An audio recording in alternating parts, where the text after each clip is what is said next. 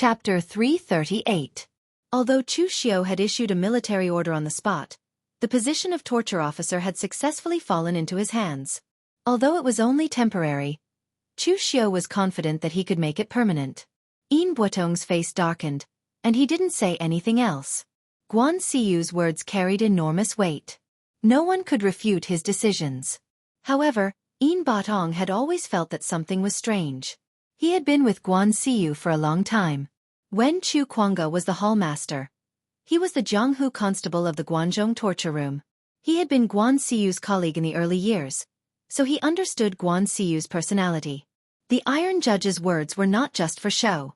In the early years, Guan Xiyu had indeed been extremely ruthless and wouldn't favor anyone. However, in recent years, Guan Xiyu had always made some unexpected decisions. Although it didn't damage the interests of the Guanzhong torture room, it didn't match Guan Xiyu's personality. Just like today, although Guan Xiyu didn't show it clearly, he was definitely biased toward Chu Xiao.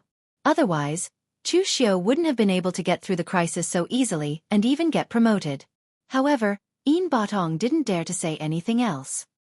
He could only leave with a darkened face. After Chu Xiao left the door, Yuqi followed him out. He cupped his hands at Chu Xiao and said, "Congratulations, Brother Chu. Not only are you fine this time, but you've also been promoted to torture officer. In the history of the Guanzhong torture room, Brother Chu, you are the youngest torture officer." Chu Xiao asked with a smile, "Brother Yuqi, are you envious?" Yuqi shook his head and said, "Others can't be envious of your position. I don't dare to be envious either." Yuqi was a sensible person. Others could only see that Chu Xiao had become the torture officer at such a young age, but no one saw what Chu Xiao had sacrificed for this position. He had really fought with his life on the line. Moreover, Chu Xiao had yet to stabilize his position. The news that came from the Guanxi region just now was enough to explain everything. There were people who were dissatisfied with Chu Xiao internally, and there were also the big clans in the Guanxi region stirring up trouble externally. If Chu Xiao couldn't solve all these problems within a month, he wouldn't even be a patrol inspector, let alone the position of penal officer. At most, he would be thrown into the criminal division to be an ordinary secret agent. Yuqi was cautious by nature. He didn't quite approve of Chu Xiao's extremely dangerous method. One careless move would mean losing the whole game. He was Guan Xiyu's personal disciple. As long as he steadily cultivated and accumulated experience, when he reached the unity of heaven and man realm, he could basically choose to be the head of the criminal division or a torture officer. He didn't have to risk his life like Chu Xiao. After exchanging a few words with Yuqi, Chu Xiao walked out the door. Mei Qinglian walked over leisurely from afar. Chu Xiao only cupped his hands at Mei Qinglian and didn't say much. There were many people in the main hall, so it was better to keep a low profile. When he stepped out of the main hall, Chu Yuanxing was waiting outside. When he saw Chu Xiao, Chu Yuanxing immediately went over and laughed. "I knew that Brother Chu would be fine this time. In front of Big Brother Guan, my words still count." Chu Yuanxing didn't think that Guan Xiyu was standing on Chu Xiao's side because of Mei Qinglian. He thought that it was because he had gone to find Guan Xiyu yesterday. Although Guan Xiyu hadn't given him a chance to speak, she had secretly stood on Chu Xiao's side. Chu Xiao didn't expose him. Instead, he cupped his hands and said, "Thanks to Big Brother Chu's help, I was able to successfully survive this calamity." Chu Yuanxing waved his hand and said, "Is there a need to be so polite between us? It just so happens that you are in Guanzhong. Stay a few more days before you leave." Chu Xiao shook his head and said, "I'm afraid I really won't have time to stay in Guanzhong this time. I just took over as the disciplinary officer, but there is some unrest in Guanxi. If I can't completely quell these matters in a month, I'm afraid not only will I lose my position as disciplinary officer, but I will also lose my position as patrol inspector." Chu Yuanxing hurriedly said, "In that case, I won't keep Brother Chu any longer. However, I believe that with Brother Chu's ability, it won't be a problem for you to resolve these matters." After bidding farewell to Chu Yuanxing, Chu Xiao directly returned to Guanxi. While Chu Xiao was still on the road, the news that Chu Xiao had taken over as the disciplinary officer came from Guanxi. Chu Xiao's subordinates were naturally celebrating. Although they had confidence in Chu Xiao, the matter of Wei Zhouduan's murder had blown up so much that they were still a little uncertain. But now, not only was Chu Xiao fine, but he had even taken the position of disciplinary officer. What did this mean? It meant that in the future, the entire Guanxi would belong to them. Meanwhile, Jiang Taoran's expression turned extremely ugly when he received the news. He simply couldn't understand what the headquarters and the hall chief were thinking. Chu Xiao had committed such a huge crime, and the Guanxi region was in a mess. In the end, this Chu Xiao was still able to become the disciplinary officer. Was there still any respect for the rules?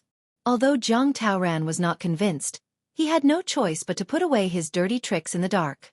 He began to keep a low profile and erase all traces. On the Zhang family's side in the Yuan continent, the Zhang family's elder ancestor, Zhang Wanshan, sighed and called Zhang Kun's over. He said, "Go tell all the Zhang family members and the forces that are connected to our family to stop making a fuss. The outcome has been determined. Chu Xiao has become the disciplinary officer. No matter how much we make a fuss, the Guanzhong torture room will not replace Chu Xiao as the disciplinary officer.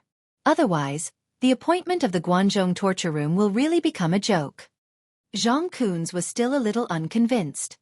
He said, "Elder ancestor, are we just going to let it go this time? Once we choose to keep a low profile, our Zhang family will be completely disgraced this time." Previously, the Zhang family had aggressively joined forces with so many martial arts forces to jointly write a letter to the headquarters to find trouble with Chu Xiao. It looked like they were determined to pull Chu Xiao down. In the end, not only did they not pull Chu Xiao down, but they also allowed Chu Xiao to be promoted.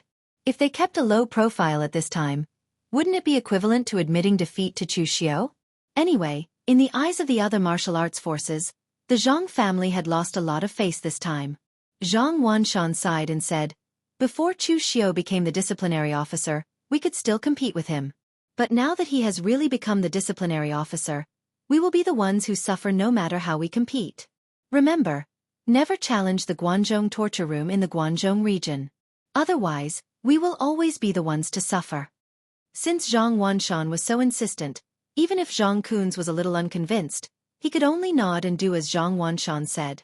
When Chu Xiao returned to Zhenzhou Prefecture, the Ghost Hand King, Du Guangzhong, and the others were already waiting at the city gate to welcome Chu Xiao.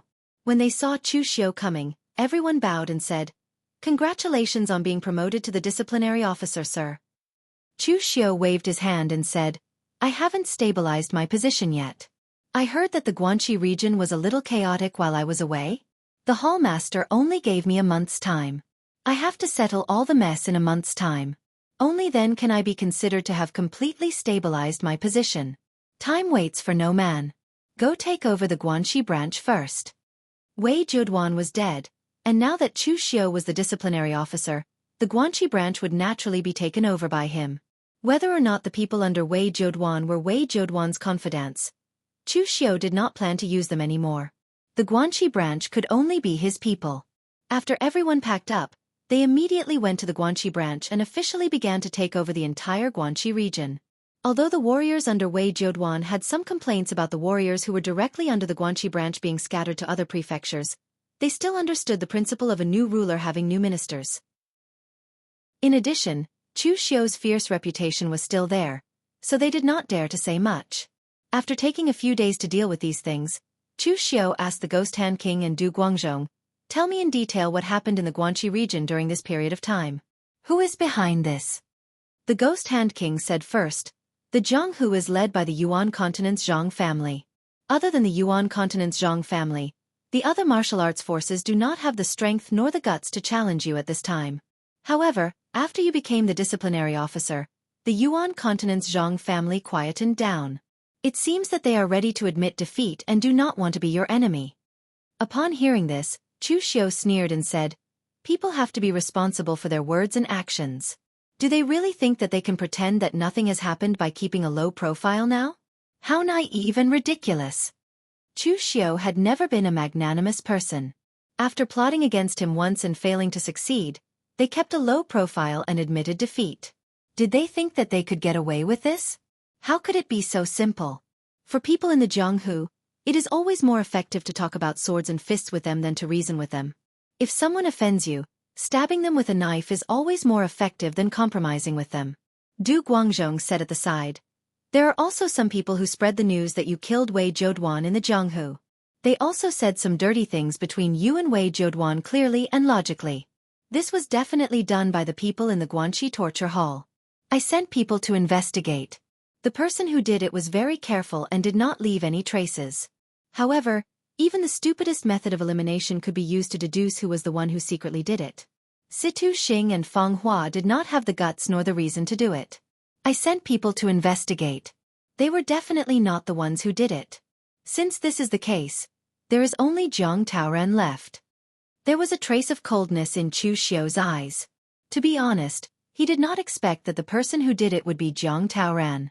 Because even if Chu Xiu could not become the disciplinary officer, it would not be his turn. What he did was purely harming others without benefiting himself. However, Chu Xiu did not want to know why Jiang Taoran did this. In any case, for him, these were the people he was going to clean up this time. Chu Xiu said in a deep voice, "Go and inform Situ Xing, Feng Hua, Jiang Taoran, and Yang Ling to come to the torture hall branch. A new officer makes 3 changes. It is also time to clean up a group of people. To resist foreign aggression, we must first settle the internal affairs. First sort out the internal affairs in Guanxi, and then go and deal with the Zhang family." Chapter 339. In the hall of the Guanxi branch, Situ Xing, Feng Hua, Yang Ling, and Jiang Taoran were all there. However, the 4 of them were in 3 different states at this time. Yang Ling was very proud because in the end, he still made the right bet. Standing on Chu Xiu's side was always the right thing to do. Now that Chu Xiu has become the penal officer, he, who has always stood on Chu Xiu's side, will certainly get a lot of rewards. Situ Xing and Feng Hua, on the other hand, have an indifferent attitude. They are all veteran inspectors. Even if Chu Xiu plays the game of changing the emperor and changing the ministers, he still won't be able to change them. Moreover, although their relationship with Chu Xiu was not very good, it was not too bad. They did not become enemies, so they are not worried that Chu Xiu will settle accounts with them. As for the last one, Jiang Taoran, he is very nervous. Although most of the traces of what he did in the dark have been cleaned up by him, Jiang Taoran is still somewhat worried that someone will find some clues. In the hall, the 4 people each have their own thoughts. They did not even say a word. After a long time, Chu Xiu pushed open the door of the hall and walked in. The black robe that represents the penal officer looks very oppressive. His imposing manner is even stronger than Wei Jiuduan's in the past. This made Feng Hua and Situ Xing subconsciously sit up straight, not daring to be presumptuous. He went straight to the main seat and sat down. Situ Xing and the others subconsciously stood up and respectfully cupped their hands and said, "Greetings, Darren." Previously, Situ Xing and Feng Hua were still thinking that the 2 of them are veteran inspectors, but in the end, Chu Xiu, a junior, climbed over their heads. Will it be a bit awkward for them to salute Chu Xiu? But when they see Chu Xiu now, they know that their worries are unnecessary. Just by relying on Chu Xiu's imposing manner and the strength that he has always shown, it is enough to crush them. Of course, the 2 of them still had complicated thoughts. When Chu Xiu first came to Guanxi, they didn't even look at Chu Xiu and didn't even bother to greet him. In the end, only a few years later, they had to greet Chu Xiu. This made them feel a little upset. Chu Xiu waved his hand and said indifferently, "Have a seat. We're all old acquaintances, so I won't say anything more." When Wei Jiuduan was around, the Guanxi region was turned into a mess by him. Now that he's changed, the rules will naturally have to change as well. Both Situ Xing and Feng Hua nodded their head. A new official will make a clean sweep. With Chu Xiu's character, if he is still amiable, it would be strange if the Guanxi area remains the same as before. Chu Xiu said in a deep voice, "Actually, I only have one request, and that is to be tough against outsiders. Don't forget who is the master of the Guanzhong region. In the future, no matter who it is, if I find that he or she gives in to other martial arts forces, then don't blame me for being rude. If you don't have the ability, then find someone who has the ability to be the inspector." Situ Xing frowned and said, "But what if those martial arts forces are forced into a corner? We're not afraid of a single force in the martial arts world, but if they join forces, the power of the Guanxi region may not be able to suppress them. If this matter is brought to the hall master, we'll all be punished." Chu Xiu said lightly, "Don't be afraid of making a big deal out of this. If it gets big, I'll take responsibility. All you have to do is to execute it." However, Just as Situ Xing was about to say something, he quickly held back. Now that Chu Xiu was in the limelight, it was not a good thing to contradict Chu Xiu. At worst, he would just pretend to obey but secretly oppose. Anyway, he didn't want to have a conflict with the local martial arts forces. These martial arts forces would give him a lot of money and cultivation resources every month, which Situ Xing didn't lack. Why would he want to offend those people? At this moment Chu Xiu suddenly said, "I've said what I need to say. It's time to settle old scores." Everyone present was stunned. They didn't understand what Chu Xiu meant. However, then Chu Xiu smiled coldly at Zhang Taoran and said, "Sir Zhang, what do you think?" Zhang Taoran, who had been distracted, was shocked. He quickly stood up and forced a smile. He said, "Official Chu, what do you mean?" Chu Xiu said lightly, "I should be the one asking you what I mean. Zhang Taoran, you and I used to be colleagues. I don't think the grudge between us is that big, right? You actually secretly spread rumors, trying to make me your mortal enemy. What do you think I mean?" Zhang Taoran's complexion suddenly changed. He quickly said, "Official Chu, I'm wrongly accused. You said it yourself. We don't have any enmity between us. How could I do this kind of thing that harms others without benefiting myself?" Chu Xiu said lightly, "You have to ask yourself. To be honest, I'm also very curious." Zhang Taoran's complexion became solemn. He said, "Official Chu, if you can produce evidence to prove that I did this, I won't say anything. But now, Official Chu, you are fabricating this kind of thing out of thin air. I'm not convinced." At this time, Zhang Taoran's forehead was full of cold sweat. He felt that he had been careful enough. It was absolutely impossible to leave any evidence behind. He was also betting that Chu Xiu was only guessing and didn't have any direct evidence. Situ Xing and Feng Hua were silent. In fact, they knew that this matter was most likely done by Zhang Taoran. From the moment the news came out, they had already guessed it. Except for Zhang Taoran, no one else had any reason to do this. However, they didn't intend to get involved in this matter. They wanted to see how Chu Xiu would deal with this matter. Chu Xiu looked at Zhang Taoran with rapt attention. There wasn't the slightest killing intent in his eyes. However, the invisible pressure made Zhang Taoran's forehead full of cold sweat. "You're not convinced? I don't need you to be convinced. I don't have any evidence. I, Chu Xiu, don't have the habit of relying on evidence when doing things. Too many people have died in the Guanxi branch during this period of time. I don't want to kill any more. Now, I'll give you two choices. One is to cripple your own martial arts and get out of the Guanzhong torture room. The other is, if you can't do it, I'll cripple your martial arts for you." As soon as Chu Xiu's words came out, except for Yang Ling, the three people present were stunned. They didn't expect that Chu Xiu would be so ruthless. No matter what, Zhang Taoran was the inspector in charge of 2 prefectures. Not only did he want to give up this power, Chu Xiu even wanted to cripple Zhang Taoran's martial arts. This was no different from killing him. Zhang Taoran shouted angrily, "Chu Xiu! No matter what, I'm still the inspector of the Guanzhong torture room. You want to cripple my martial arts without any evidence and kick me out of the Guanzhong torture room. What right do you have? I want to go to the hallmaster and ask for an explanation.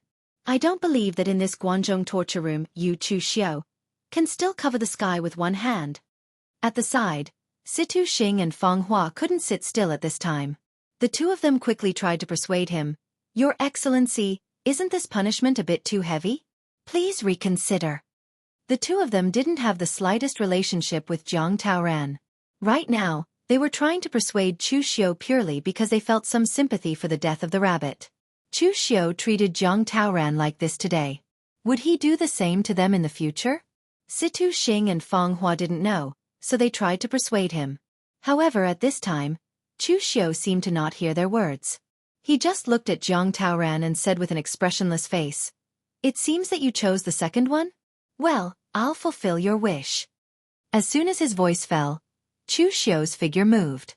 In a flash, he had already arrived in front of Zhang Taoran. A golden light bloomed. The great King Kong wheel seal suddenly fell. The bright golden light suddenly shone in the entire meeting hall. With Chu Xiu's current strength, he could easily kill some of the weaker unity of the Heaven Realm martial artists. For example, the Wei family's ancestor. With Zhang Taoran's current strength, he didn't have the slightest strength to fight back in front of Chu Xiao. Under the Great King Kong Wheel Seal, Zhang Taoran couldn't dodge. But under Chu Xiao's Great King Kong Wheel Seal, his pitiful aura didn't even last for a breath's time. His whole body was directly blown away. However, not waiting for him to fly far away, Chu Xiao directly followed up. A palm print was printed on Zhang Taoran's dantian. The powerful palm force directly smashed Zhang Taoran's dantian and tore the meridians in his body. Zhang Taoran suddenly spat out a mouthful of blood. His eyes revealed unwillingness and regret. But soon after, because he couldn't bear this kind of injury, he directly fainted. Chu Xiao lightly said, "Drag Lord Zhang out." Lord Zhang is worried about official affairs, which caused his old injury to relapse. He needs to recuperate for a while. I'm afraid he can no longer continue to be a patrol. As soon as his voice fell, several Zhonghu constables immediately came in. As if dragging a dead dog, they immediately dragged Zhang Taoran out. Seeing this scene, Situ Xing and Fang Hua suddenly shivered. They had a new understanding of Chu Xiao's strength and overbearingness. But on second thought, Chu Xiao even dared to kill Wei Zhouduan. What else does he not dare to do? That Zhang Taoran was also courting death. If his little tricks were used on a reasonable person, it wouldn't be a big deal. But right now, Chu Xiao didn't want to be reasonable with him. No matter what evidence you have, if I want to kill you, then you must die. If I want to cripple you, you won't be able to leave Guanxi branch standing. Turning around, Chu Xiao showed a bright smile to Situ Xing and Fang Hua and said, "You two don't need to take it to heart. In fact, I am a very reasonable person. If people don't offend me, I won't offend them. You are different from Zhang Taoran, so naturally, I won't treat you like this." Situ Xing and Fang Hua showed an ugly smile. At this time, even if they don't believe it, they have to force themselves to believe it. Otherwise, they will die very miserably. Chu Xiao waved his hand and called Du Guangzhong, Ghost Hand King, and the others in, and said in a deep voice, "At present, there are some accidents in my Guanxi branch, so there is a serious shortage of manpower. Therefore, I decided to promote some patrol to a higher position and reorganize the order of the whole Guanxi branch." Hearing this, Yang Ling, who was on the side, became spirited. Those who should be killed were killed, those who should be crippled were crippled. It's time to harvest. Chapter 340. Situ Xing and Fang Hua were both old foxes of the Guanzhong torture room. If they did not provoke Chu Xiao would not move against them. Otherwise, if he really killed everyone, who would work for him? But Chu Xiao could not be at ease using these two people. His own people had to occupy the majority. Chu Xiao said gravely, "The prefectures that were previously in Wei Chongling's hands are now under Yang Ling's jurisdiction." It could be said that Yang Ling had put in a lot of effort in this matter, and also proved his loyalty to Chu Xiao. This prefecture was what Yang Ling deserved. Although Yang Ling's strength was not great, he was clever and capable. He had been at Wei Zhouduan's beck and call for so many years to help him deal with some chores. Everything was done in an orderly manner. Otherwise, it would be impossible for him to stay by Wei Zhouduan's side for so long. Hearing this, Yang Ling immediately stood up and bowed to Chu Xiao. "Thank you, official." His thanks were sincere. From this, it was possible to see the difference between Chu Xiao and Wei Zhouduan. In the past, he had followed Wei Zhouduan for so many years, but Wei Zhouduan only promised him a pile of empty promises and nothing practical. Even Wei Zhouduan's famous dragon-chasing hand. Until his death, he did not pass any to Yang Ling. After following Chu Xiao, he managed to obtain 2 prefectures in succession. Although it was a little dangerous, the benefits he gained were huge. Chu Xiao continued. "Zhang Taoran temporarily cannot be the inspector. The 2 prefectures under his command will be separated and managed by the Ghost Hand King and Du Guangzhong." The Ghost Hand King and Du Guangzhong had always been the ones who dealt with the most matters under Chu Xiao's command. While these 2 were not the strongest in martial arts, their overall abilities were the highest. Also, Tang Ye will take the position of Zhenzhou's inspector. Among Chu Xiao's subordinates, Tang Ye and Yan Bugui's strength were basically the strongest. However, Chu Xiao could feel that Tang Ye's strength should not be limited to just this much. He was hiding his true strength, and he had not used his trump card yet. Chu Xiao didn't have the habit of prying into other people's privacy. With Tang Ye's strength, he was worthy of this position. Logically speaking, Yan Bugui's strength was more than enough to be an inspector. He was currently in seclusion, and once he came out, he would be an expert in the three-flower realm. But with Yan Bugui's personality, he could kill people, but he could forget about being a patrol inspector. After all the rewards were given, there were 6 inspectors in the entire Guanxi area, and 4 of them were Chu Xiu's trusted subordinates. Compared to Wei Zhouduan, the current Chu Xiu could be considered to have real control over the entire Guanxi area. Chu Xiu looked around at the people around him and said in a cold tone, "Right now, the Guanxi area is facing internal and external troubles. I've said before that to deal with external problems, we must first settle the internal problems. Now that the internal problems have been solved, it's time to deal with the external problems. For the next few days, sort out the forces in your hands, and finally, gather together and solve all the problems in one go." Everyone present was shocked. If the Guanxi area wanted true peace, there would probably be a lot of killing. Chu Xiu's actions in the Punishment Hall branch had no impact on the martial arts forces in the Guanxi area. These were all internal adjustments of the Guanxi branch, and it did not involve the Jianghu forces. Therefore, in the eyes of the Zhang family and the other Jianghu forces, during this period of time, Chu Xiu should be stabilizing his strength and working hard to digest the power of Wei Zhouduan, the former Punishment Hall master. He should not cause trouble for them for the time being. Therefore, after a few days, the Zhang family began to prepare for the 188th birthday of the Zhang family's great ancestor, Zhang Wanshan. In the Jianghu, generally, except for the older or highly respected Jianghu seniors, the martial artists of some sects and aristocratic families actually rarely celebrated their birthdays. Martial artists who had reached the oneness of heaven and man realm had a lifespan of 200 years. If they celebrated every birthday, what would it be like? It was as if they were deliberately asking others for birthday gifts. Therefore, most martial artists would only hold a birthday celebration when their lifespan was almost up, but they still had a certain amount of combat power. This year, Zhang Wanshan happened to be 188 years old, which was an auspicious number. In addition, he was not so old that his qi and blood had completely declined to the point that he could not fight anymore. Therefore, it was very normal to hold a birthday celebration. Of course, part of the reason why the Zhang family held this birthday celebration was because they were forced by Chu Xiu. Previously, when Chu Xiu was promoted to the Punishment Hall master, the Zhang family kept a low profile and did not dare to cause trouble again. This caused the Zhang family's prestige to plummet. This time, the Zhang family held a birthday celebration and invited all the Jianghu forces in Guanxi. They wanted to show them that although the Zhang family had retreated in front of Chu Xiu, it was also because of Chu Xiu's identity. The Zhang family was not worried about Chu Xiu, but the Guanzhong torture room. Now that the Wei family had been destroyed, the Zhang family had become the #1 clan in Guanxi in name and in reality. The Zhang family could admit defeat and retreat in front of Chu Xiu, but compared to the other Jianghu forces in Guanxi, they could only look up to them. 3 days later, it was the time when Zhang Wanshan's birthday celebration officially began. Zhouyuan Prefecture was bustling with people from the martial arts world, who came to attend Zhang Wanshan's birthday celebration. The Wei family had been destroyed, and the Zhang family was now the strongest Jianghu force in Guanxi. Since the Zhang family had personally sent out an invitation, no Jianghu force in Guanxi dared to refuse. As for the rest of the rogue martial artists, most of them were there to watch the fun. Of course, there were also some who wanted to mingle with the crowd and make some connections. At this time, in a restaurant in the east of Zhouyuan Prefecture, a young martial artist who was less than 20 years old was playing with a wine glass with a bored look on his face. Although this young man was less than 20 years old, he already had the cultivation of the innate realm. Even in the Jianghu, reaching this level at this age was considered fast.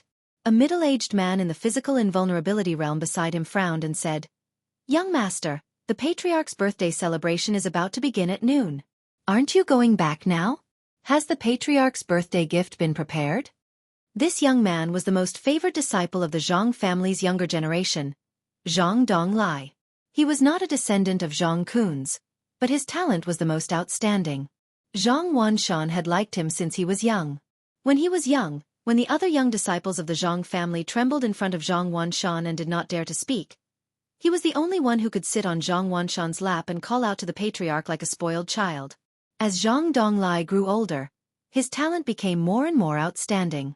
Although he was a little lazy and hedonistic, Zhang Wanshan was extremely satisfied with him. In fact, if he was not afraid that the family head, Zhang Kunz, would be displeased, Zhang Wanshan would have made Zhang Donglai the successor of the family head. When he heard the middle-aged martial artist's words, Zhang Donglai said lazily, "What's the rush? Even if I go after the birthday celebration, the patriarch will not reprimand me." Seeing Zhang Donglai's lazy look, the middle-aged martial artist could not help but say anxiously, "Young master, the other young masters are racking their brains to give the patriarch a satisfactory gift to win his favor. If you take your time here, what if the others steal the limelight?" Zhang Donglai said disdainfully, "Just based on those few pieces of trash, they want to steal my limelight? Uncle Kuan, don't worry. Even if I don't give anything, the patriarch will still dote on me the most." Seeing that Uncle Kuan still wanted to nag, Zhang Donglai hurriedly said, "All right, Uncle Kuan, don't say any more. I already have an idea for a birthday gift. The Lingzhou Prefecture's Chen family recently obtained a cold jade dagger. I heard that they are preparing to offer it to the patriarch in exchange for our Zhang family support. I intend to ask for that cold jade dagger as a congratulatory gift to the patriarch." Uncle Kuan hesitated and said, "But young master, that cold jade dagger is very precious. The Chen family still wants to use this opportunity to show off. Will they give it to you?" Zhang Donglai sneered and said, "Won't give? If the Chen family doesn't give, I just need to say a few bad words in front of the patriarch and the Chen family will suffer the consequences. I want to see whether the cold jade dagger is more important in the patriarch's heart, or I, Zhang Donglai, am more important in front of the patriarch. If the Chen family knows their place, I don't mind putting in a few good words for them afterwards. Otherwise, I will have the Chen family give this gift for nothing." At this time, a clapping sound came from downstairs. Tanya clapped his hands and sighed. "Young Master Zhang really knows how to play. You snatched someone else's gift for your ancestor and gave it to him as your own.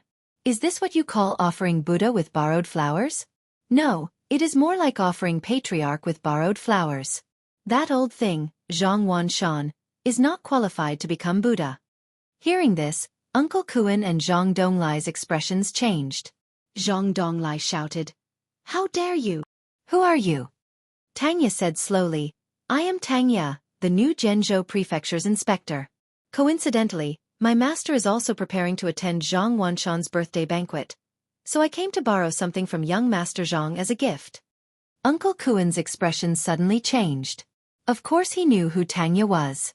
That was a vicious dog under Chu Xiao, and a terrifyingly powerful one at that. Wei Chongling had died at his hands. But Zhang Donglai did not react. He subconsciously asked, "What do you want to borrow?" Tanya still had a lazy smile on his face, but his words were hair-raising. "I want to borrow young Master Zhang's head as a gift." "Young Master, run!" Uncle Kuan immediately acted. He pulled Zhang Donglai and tried to escape. Unfortunately, in front of Tanya's speed, it was a joke for them to escape. The two dragon-tail soul-chasing darts flashed in a strange arc as they slashed towards Uncle Kuan, instantly tearing apart his protective aura. Uncle Kuan used almost all his strength to chop off the two dragon-tail soul-chasing darts. But before he could heave a sigh of relief, his figure suddenly stopped moving while a wisp of disbelief appeared in his eyes. A dragon-tail soul-chasing dart had pierced through his back without him noticing. Tanya's figure moved and appeared in front of Zhang Donglai in an instant. Zhang Donglai's eyes flashed with terror. He shouted, "Don't kill me! I am from the Zhang family." Before he could finish his words, Tanya slashed a dagger across his neck, instantly cutting off his head and putting it into a brocade box without any trace of blood on it. Closing the box, Tanya's lips curved into a lazy smile. "The gift is in hand. Perfect." Chapter 341. The Zhang family of Yuan Continent was located on a small hill with beautiful scenery outside the Yuan Continent prefecture. The entire top of the hill was the Zhang family's manor. It was close to noon, and the birthday banquet was about to begin. Those who were supposed to go up the hill had already gone up, and there were not many people at the foot of the hill.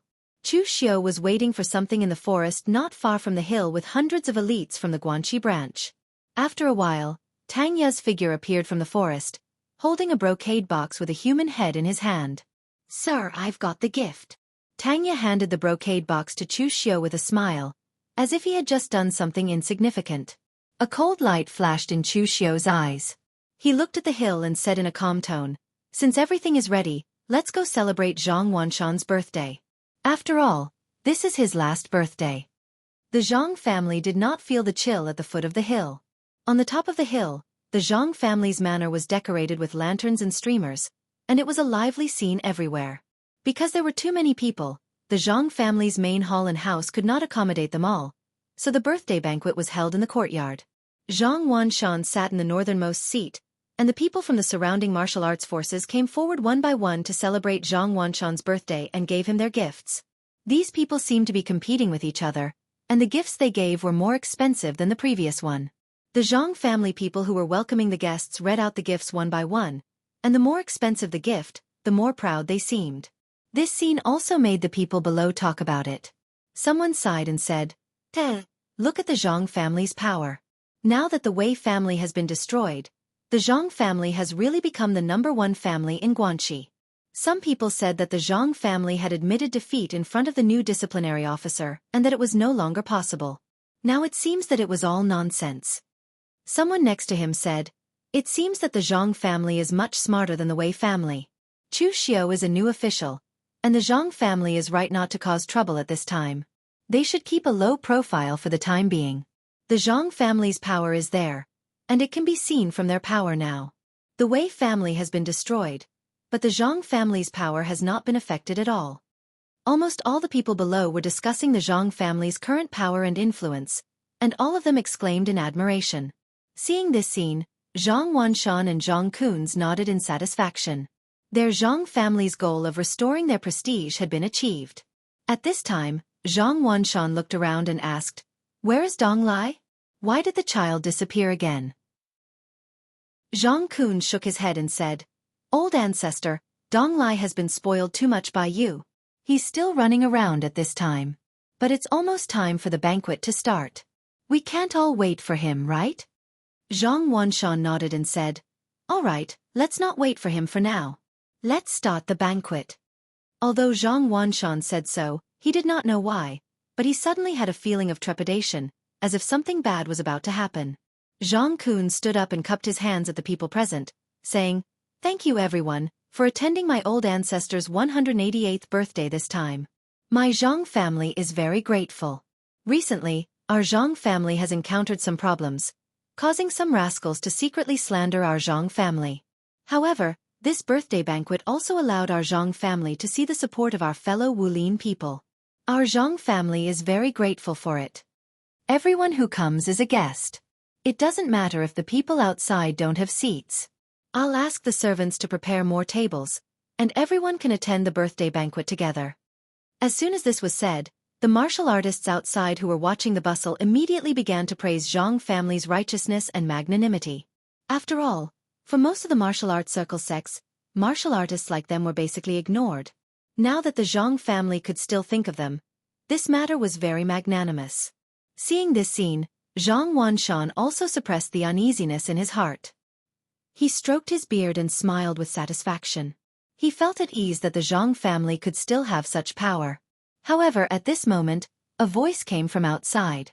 "Old ancestor of the Zhang family, you didn't invite me to your birthday banquet. Are you looking down on me, Chu Xiao?" As the voice came, the crowd directly separated to make a path. Chu Xiao walked straight into the Zhang family with nearly 100 of his subordinates.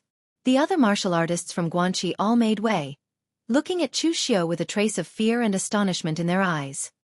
"He came with ill intentions." In an instant, these 4 words popped up in the hearts of everyone present. The people of the Zhang family looked even more solemn. They did not expect that Chu Xiao would choose this time to make trouble for them. The Zhang family had schemed against Chu Xiao before. The enmity between the two sides was quite thorough. Under such circumstances, how could the Zhang family invite Chu Xiao to attend the birthday banquet? In the end, they did not expect that Chu Xiao would directly come without an invitation. Moreover, Chu Xiao came with so many people. Was he here to celebrate the birthday banquet? It was more like he was looking for trouble. Zhang Kun suppressed his anger. When he was about to say something, Zhang Wanshan held his hand.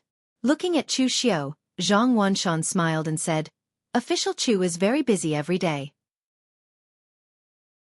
I was afraid of delaying Official Chu's official business, so I didn't inform Official Chu.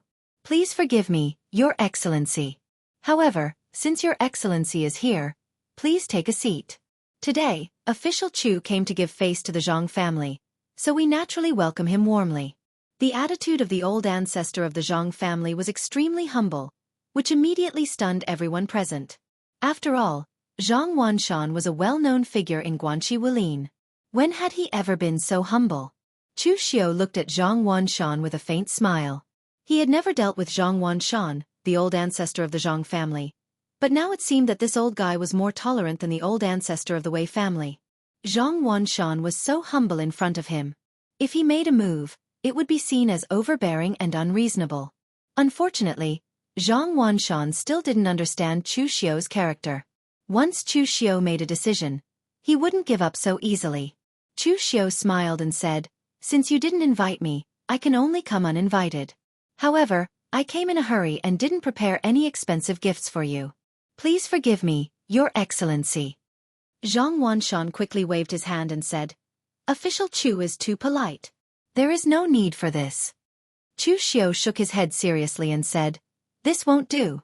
Since it is a birthday banquet, there must be a congratulatory gift. If I don't, won't it seem that I, Chu Xiao, am stingy?" As he spoke, Chu Xiao threw the brocade box in his hand to Zhang Wanshan. Zhang Wanshan subconsciously caught the brocade box. The faint smell of blood coming from it made Zhang Wanshan feel that something was wrong. When he opened the brocade box, a head appeared in front of Zhang Wanshan. Zhang Wanshan immediately roared in pain. "Dong Lai!" For a martial artist of Zhang Wanshan's age, he had hundreds of sons, grandsons, and even great-grandsons. He had long since become indifferent to the so-called familial blood. Among his descendants, the only one that Zhang Wanshan truly loved was Zhang Donglai. Zhang Wanshan also thought of him as the future of the Zhang family. Zhang Wanshan had carefully taught him since he was a child. Now, Zhang Donglai's head appeared in front of Zhang Wanshan. This kind of grief was even more serious than the death of his son. The corners of Chu Xiao's lips curled up into a teasing smile as he said, "It's said that old Master Zhang dotes on this great-grandson of yours the most. But in the end, your birthday is right around the corner, and your beloved great-grandson isn't around. Now, I've specially brought him here for you. How is it? Chu Xiao, my Zhang family is absolutely irreconcilable with you." Zhang Wanshan shouted angrily.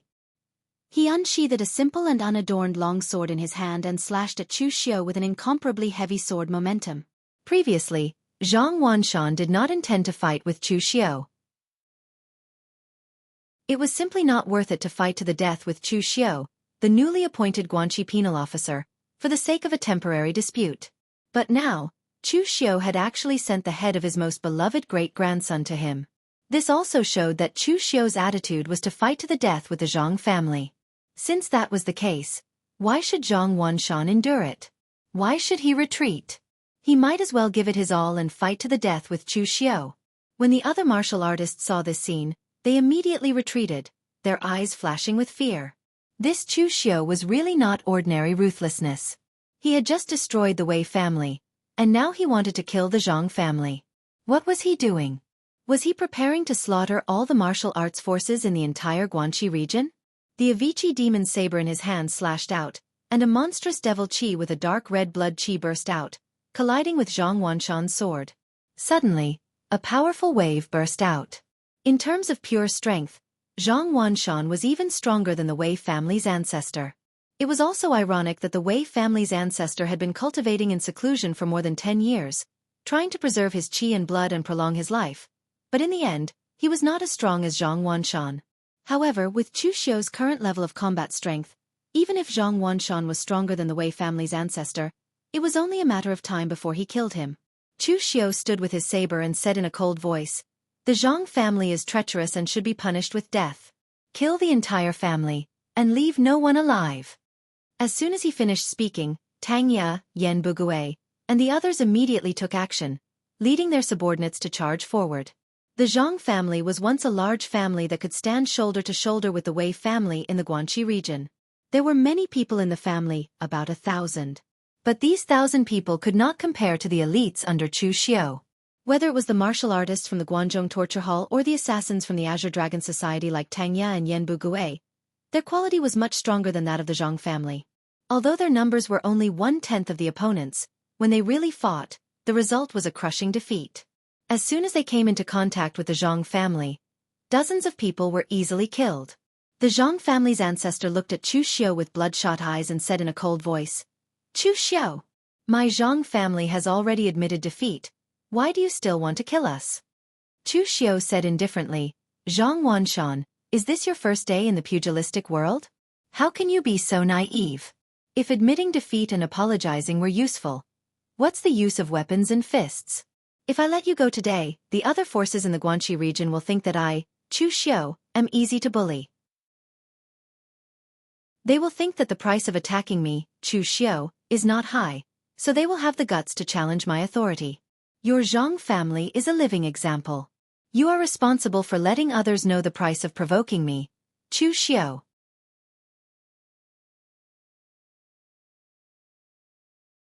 Chapter 342. Zhang Wanshan was from the older generation of the pugilistic world. He liked to think from the perspective of the older generation. Compromising and giving in were what aristocratic families with centuries of heritage were best at, just like how they had treated Chu Xiao previously. First, they would scheme openly and covertly. If they succeeded, they would hit him while he was down. If they failed, they would admit defeat and give in. Before the two parties really fought, no one would really make a killing move. It was a life-and-death struggle. However, Chu Xiao's way of doing things was the exact opposite of these people. He would either not make a move, or he would go all out and end everything. Guan Siyu had only given him a month's time. In this month, Chu Xiao had to prove his worth as the penal officer. He had to settle everything and stabilize the Guanxi area. As for how to stabilize the Guanxi area, it was very simple. He had to kill everyone in the Guanxi area, and they would naturally be stable. Zhang Wanshan closed his eyes in pain as he heard the screams of the Zhang family members being slaughtered. If he was not careful, he would lose everything. Previously, he had only thought that they would be interdependent. He could not allow Chu Xiao to continue being so arrogant. Only now did he realize what kind of existence he had provoked. When the Wei family had been destroyed, he had secretly mocked the Wei family for being too rash. In the end, it was his family's turn to ask for trouble in such a short time. Zhang Wanshan let out a long sigh.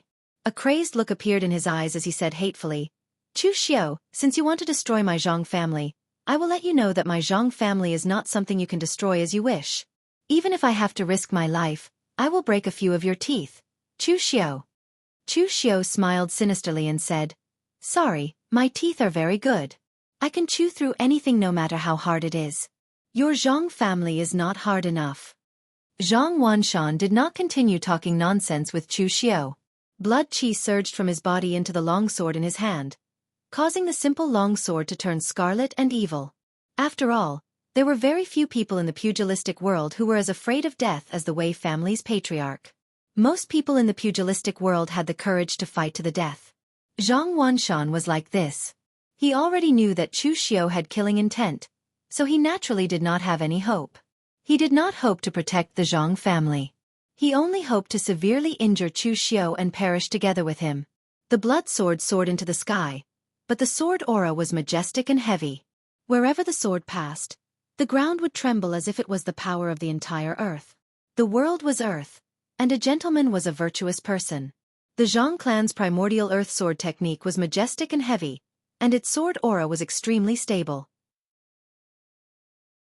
However, at this moment, its killing intent soared into the sky, and it directly drew upon the power of the earth to slash toward Chu Xiao. The power of this sword was astonishing, but the price it had to pay was also extremely shocking. Zhang Wanshan had to consume a portion of his life force with every breath that passed. The complete suppression of power could be said to be impeccable. Even if Chu Xiao used heaven's sun gazing at air, he could not see any flaws. However, Chu Xiao did not need to see any flaws. Demonic qi gathered in his hand, and he slashed down. His killing intent soared as he stepped into the selfless killing realm. Demonic qi and killing intent intertwined. Chu Xiao directly slashed out the last move of the Avicii 3 sabers. It was a powerful demonic saber with a trace of divine judgment. As the saber slashed down, the surging demonic chi collapsed inch by inch under Zhang Wanshan's majestic sword aura that contained the power of the earth. It actually began to crush Chu Xiao. Warriors in the unity of heaven and man realm had an advantage in terms of power. When they attacked, they would be passively contaminated with the power of heaven and earth. Now that Zhang Wanshan had ignited his blood essence to unleash this sword strike, the power of the earth was infused with the earth essence sword art, causing the might of this sword strike to be extremely powerful. Even Chu Xiao's 3 blades of Avicii could not contend against it head-on. However, at this moment, a bright light bloomed in the demonic chi. It was extremely dazzling, with a holy Buddha's light.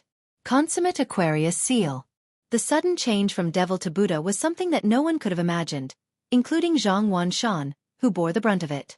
There were martial artists who cultivated 2 completely different martial arts, and there were even quite a few of them.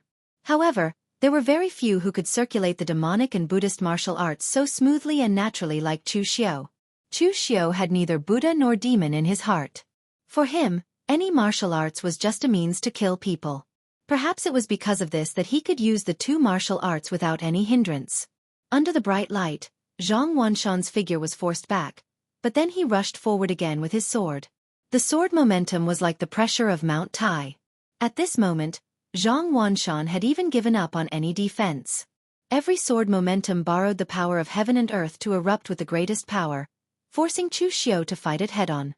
As the sword slashed down, even Chu Xiao's internal organs were injured by this powerful force.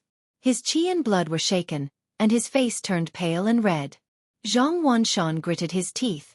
Chu Xiao wanted to destroy his Zhang family, so he wanted to make Chu Xiao pay the price. However, at this moment, Chu Xiao suddenly raised his head in the fierce battle and said in a cold tone, "Have you fought enough? Now it's my turn."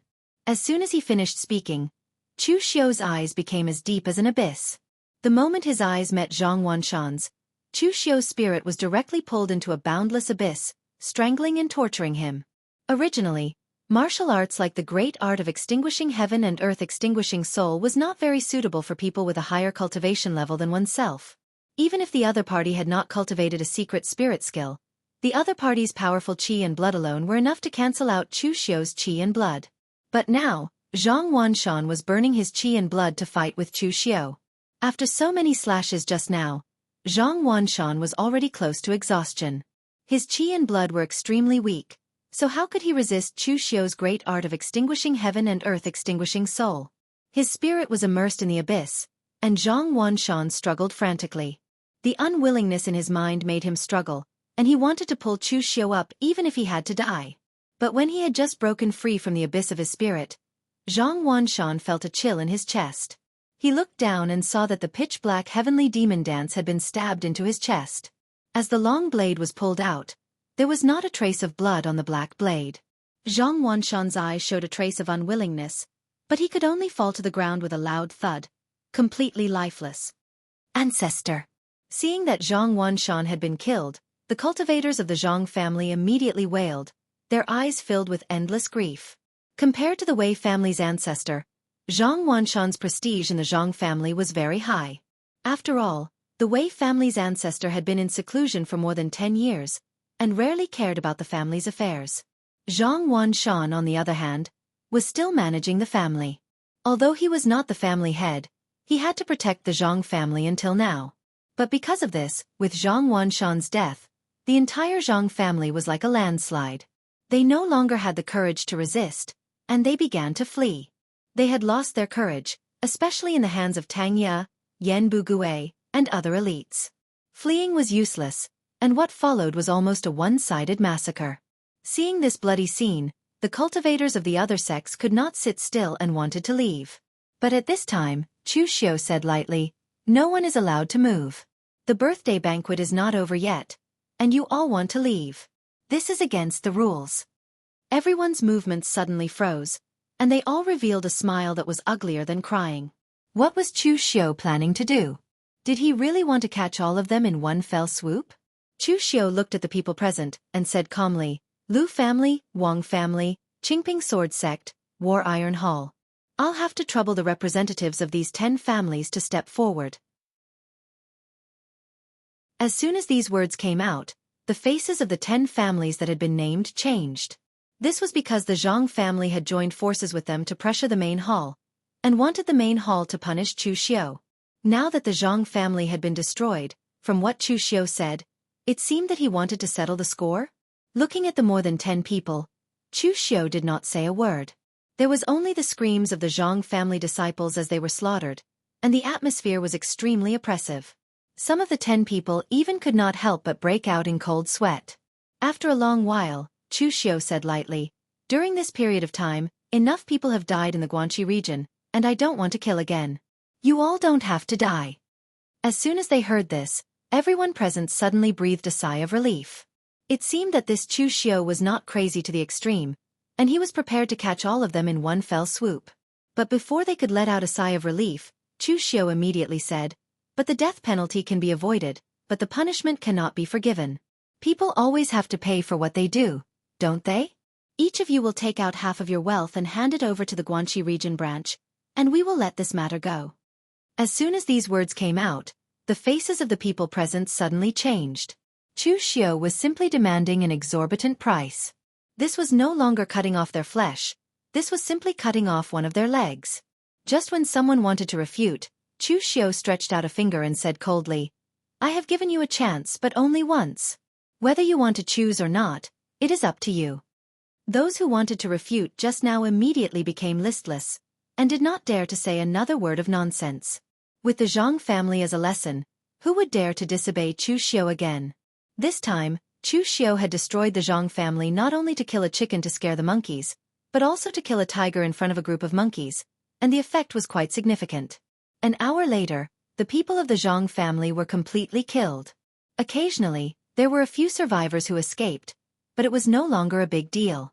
After asking people to search the Zhang family clean, Chu Xiu waved his hand and directly led his people down the mountain, leaving the many martial artists present to look at each other. Looking at the Zhang family's blood flowing like a river, everyone present could not help but feel a chill in their hearts. They were afraid that from now on, the peaceful days of the Guanxi region would be over, and everyone would be shrouded in the shadow of Chu Xiu.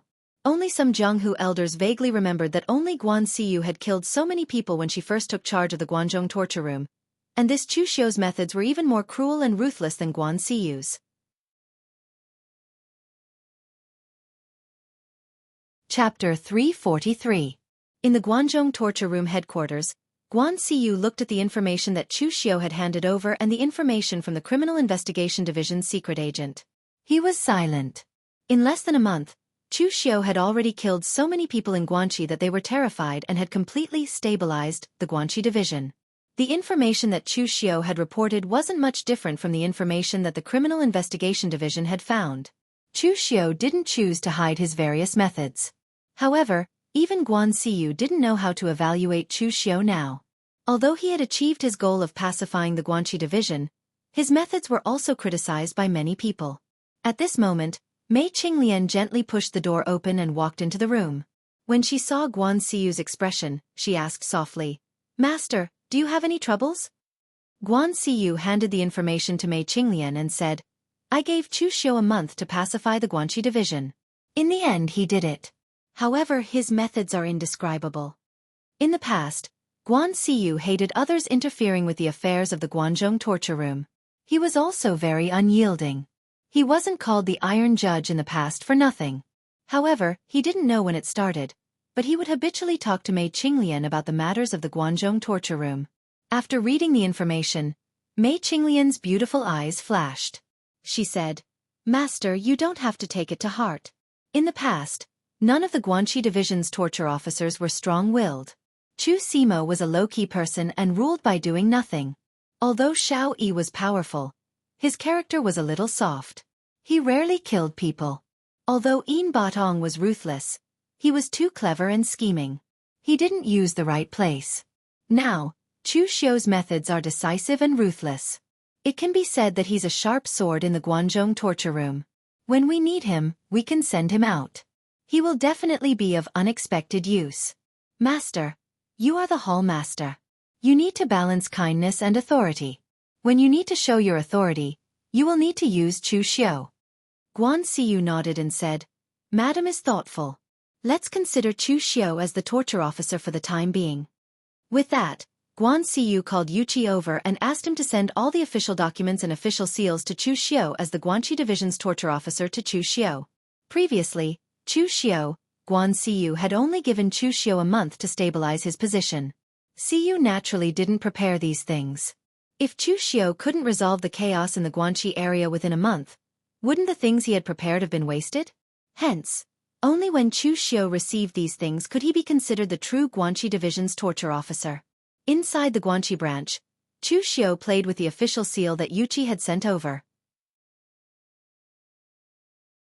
After flipping through it a few times, Chu Xiu casually tossed it aside. Although this was something that countless Guanzhong torture room cultivators dreamed of, Chu Xiu didn't care much about it. Strength was everything. As long as Chu Xiu had strength, he could naturally obtain his rightful position.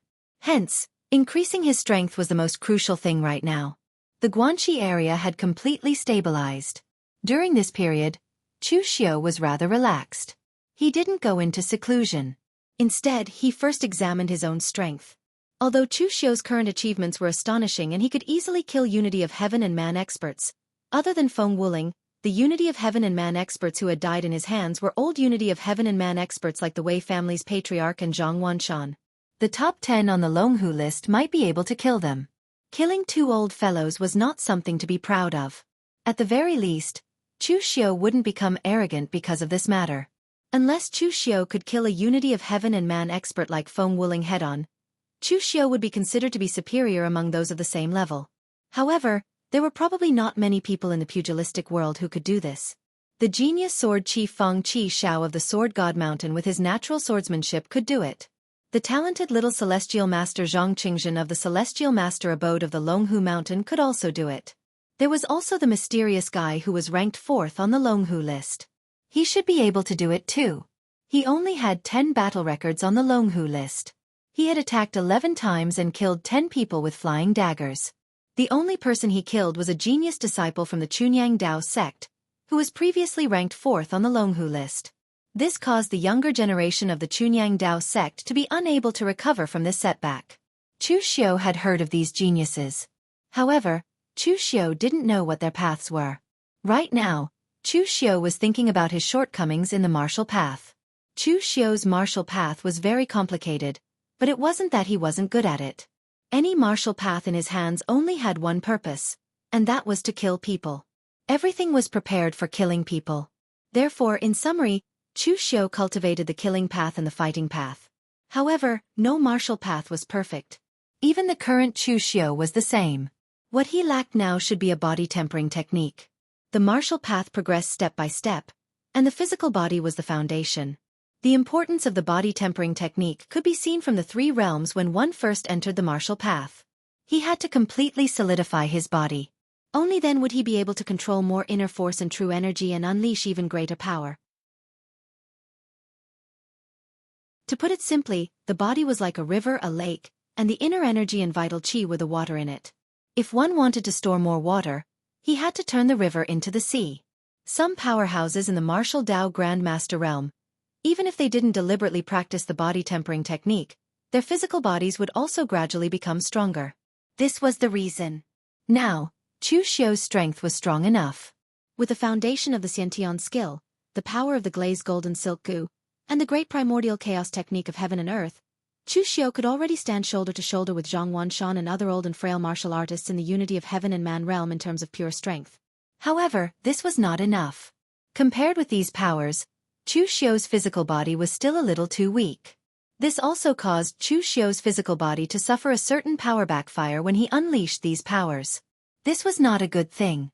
Therefore, what Chu Xiu urgently needed now was a body tempering technique, a powerful body tempering technique. In Chu Xiu's mind, there were many powerful body tempering techniques that had not yet appeared. However, those places were either not available to Chu Xiu because he was not strong enough, or the time was not right. With Chu Xiu's current strength, he was not qualified to force them to appear. After thinking about it, there was a place that was quite in line with Chu Xiu's requirements. That place would appear soon, and there were many good things in it. In the original plot, someone got a good body tempering technique from it.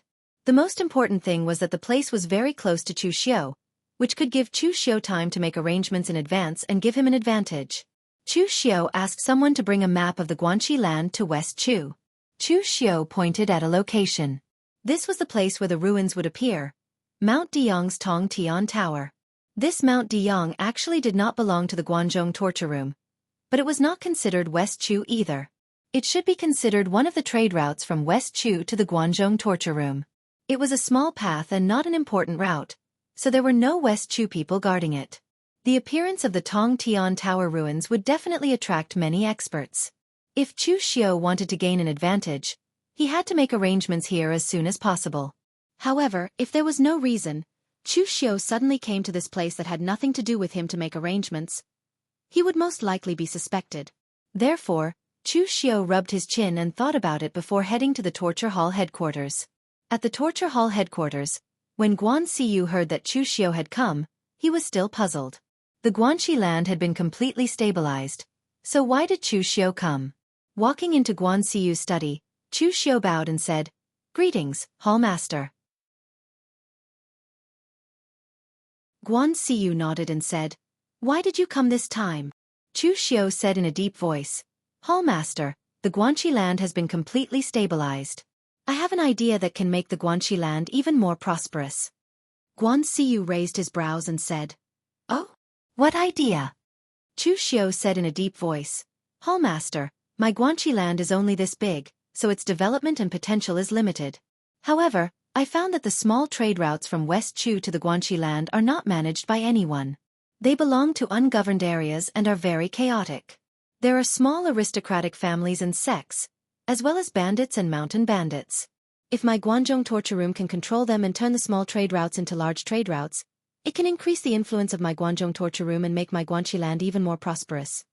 Guan Siyu was very surprised by Chu Xiu's words. This was because the Guanzhong torture room had always sought stability over the years and was in the stage of stabilizing their strength. Including Guan Siyu, no one had any thoughts of expanding. Chu Xiu was a newcomer to the Guanzhong torture room, yet he had such ambitions. This made Guan Siyu very surprised. Thinking about it, Guan Siyu said in a deep voice, "Your idea isn't bad, but do you know that your plan is very risky? It isn't that my Guanzhong land doesn't want to develop, but it is in the middle of 3 countries. No matter which direction we develop in, we will offend a country. My Guanzhong torture room isn't weak, but it isn't strong enough to go against a country." Guan Siyu was speaking the truth. A place like the Guanzhong land, which was in the middle of 3 countries, had always been a chaotic and ungoverned area. It was basically a mess with smoke everywhere. In the end, the Guanzhong torture room rose up in this kind of situation and became the center of trade between the 3 countries. This was a very difficult matter and it wasn't something that could be done in the future, but it was something that had never happened before. So in this kind of situation, the Guanzhong torture room had to be careful in everything they did and didn't dare overstep their boundaries at all. Chu Xiu said in a deep voice, "Of course I know this, so I only chose a small place that West Chu doesn't care about. Not only is it to increase the strength of my Guanxi land, it is also to give my subordinates a bit of fighting spirit. The Guanxi land is only this big. There are some inspectors and constables that slack off after rising to a certain position and don't think about advancing. Anyway, no matter how hard they work, the state they control is only this big and this many.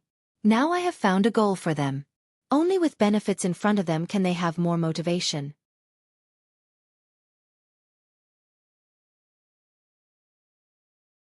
Chapter 344. Guan Siyu looked at Chu Xiu in surprise. He didn't expect Chu Xiu to be able to see so far. For torture officers, they could only see the area they were in charge of. As long as they managed the area they were in charge of, they were qualified to be torture officers. For the past leaders of the Guanzhong torture room, it was easy for them to see this. Every generation of leaders worked hard to get the Guanzhong torture room out of this predicament.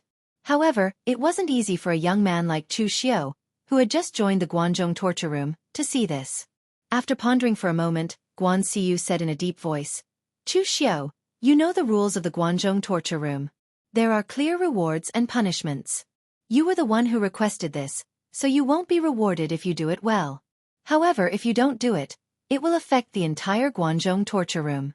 I'm afraid you won't be able to keep your newly obtained torture officer position." Chu Xiu cupped his hands and said, "Since I am a member of the Guanzhong torture room, I naturally have to think about the interests of the entire Guanzhong torture room. If everyone thinks about protecting themselves and doesn't expand, then the Guanzhong torture room will get worse with each generation." Chu Xiu's words were impassioned, but Guan Xiu didn't know if Chu Xiu was speaking the truth. However, it was good that Chu Xiu was ambitious. Even if he was thinking about his own interests, if he succeeded in the end, it would benefit the entire Guanzhong torture room. Guan Xiu said in a deep voice, "Since you have an idea, then do it. However, I still have to warn you to think thrice before you act." Chu Xiu cupped his hands and said, "Yes, thank you, leader." After he finished speaking, Chu Xiu immediately left. He had come to Guan Xiu's place to find a suitable reason to make arrangements around Mount Deyang. In fact, Chu Xiu didn't care about that tiny bit of territory. The land of West Chu had many forests and mountains, so the first road to West Chu was Mount Deyang. However, because there was a huge mountain in the middle, most of the roads were narrow. There were only a few small towns in the surroundings, and there were no large prefectures. There were a few forces around Mount Deyang. Most of them were small sects and aristocratic families. But in fact, these so-called sects and aristocratic families secretly colluded with bandits to rob traveling merchants. Some of them were even bandits themselves. Only most of the merchants coming from West Chu to the Guanzhong torture room had West Chu's martial arts background, so they weren't easy to deal with. So they picked up some soft persimmons and lived comfortably. In a manor on the west side of Mount Deyang, Yang Tingwei, the master of the horizontal blade mountain villa, frowned as he looked at the fire slave in front of him. Yang Tingwei was very surprised that the fire slave had suddenly come to visit with the identity of a constable from the Guanzhong torture room.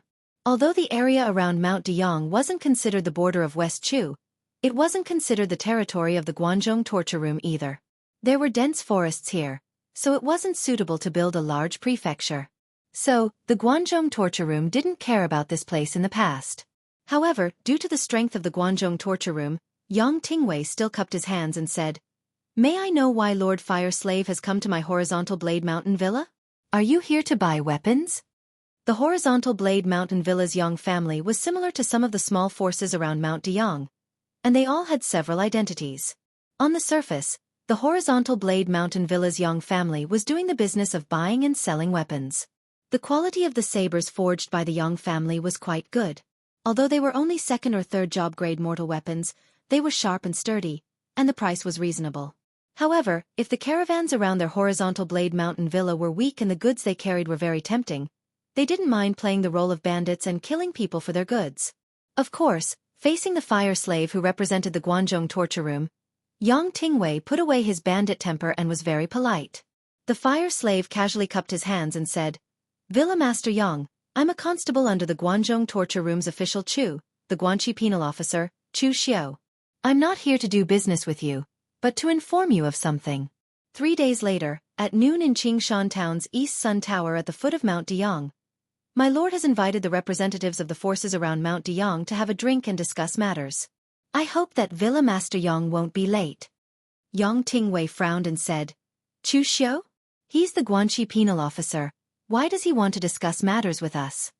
The fire slave said indifferently, "I don't know about these things. Anyway, my lord has already invited you, so whether Villa Master Yang comes or not depends on your mood. Of course, I don't know the consequences if you don't come. Villa Master Yang just needs to think about it carefully." Yang Tingwei's expression suddenly changed when he heard the fire slave's tone. The threat in the fire slave's tone was too obvious. However, Yang Tingwei swallowed his anger and said in a deep voice, "Don't worry, I'll be there when the time comes."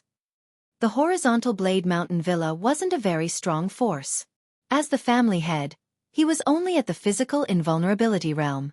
He probably couldn't even defeat the fire slave in front of him.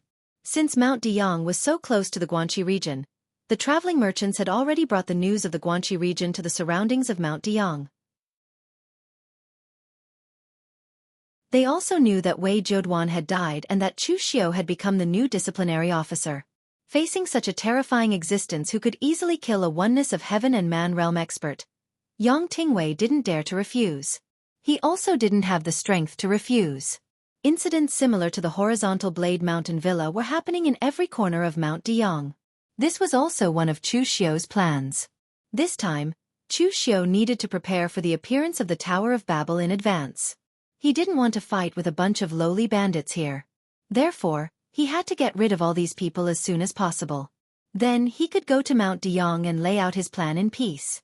3 days later, in the largest restaurant in Qingshan Town, Dongyang Tower, at the foot of Mount Deyong, more than 10 martial arts practitioners ranging from the physical invulnerability realm to the 5 Qis gathering origin realm were sitting there, waiting anxiously. These people were all famous martial arts forces around Mount Deyong. Chu Xiu had personally sent people to inform them. None of them dared not to come, nor did they dare to be late. Instead, they had all been waiting here since early. These people were not idiots. For the time being, they still did not know what had happened. If they offended Chu Xiu, a disciplinary officer of the Guanzhong Disciplinary Hall, who was also ranked in the top 10 of the Longhu leaderboard, because of this, they would be out of their minds. Dongyang Tower was silent. At this time, Yang Tingwei spoke first. Do you know what happened? Chu Xiu is the penal officer of Guanzhong torture room. Why did he come to Mount Deyong? Boschan, do you know any inside information? Yang Tingwei turned his eyes to a middle-aged martial arts practitioner in a black robe with a full beard. This man was the leader of Thundercloud's stronghold, Black Demon Hand, Chen Yun. Thundercloud's stronghold was the largest bandit stronghold around Mount Deyong. Most of the forces around Mount Deyong were guest bandits, but Chen Yun's Thundercloud stronghold was a professional bandit. They only relied on robbing merchants to support themselves. One could imagine how strong the Thundercloud stronghold was. In fact, Thundercloud's stronghold was indeed the largest force around Mount Deyong. Chen Yun himself had the cultivation of 5 Qis collecting in origin. At this time, hearing Yang Tingwei's question, Chen Yun waved his hand and said in a rough voice, "How would I know what Chu Xiu is up to? However, I only know that Chu Xiu is an outsider and we are on the same side. As long as we are united and don't be divided by Chu Xiu, no matter what Chu Xiu wants to do, we won't be at a disadvantage." Everyone present nodded their heads in agreement. However, at this moment, the sound of footsteps suddenly came from outside. Everyone in the hall immediately fell silent and subconsciously sat up straight. Chu Xiu was wearing a black robe and walked slowly into the hall.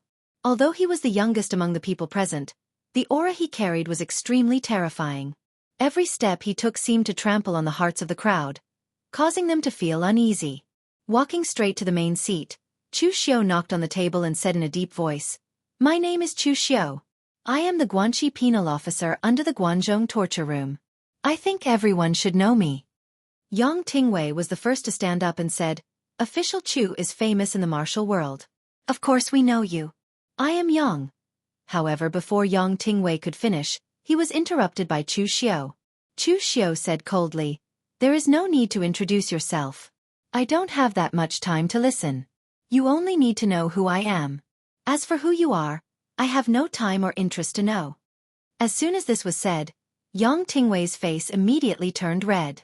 The eyes of the others also showed a hint of anger. They had seen arrogant people, but they had never seen someone as arrogant as Chu Xiu.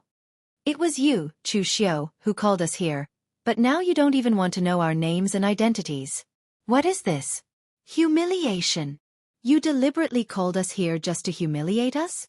However, although these people were indignant, they dared not say anything because of Chu Xiu's identity and prestige. Glancing at the people present, Chu Xiu said lightly, "I am here today to inform you of one thing. From today on, all the mountain roads around Mount Deyong will be included in the scope of the Guanzhong torture room and under the jurisdiction of Guanxi.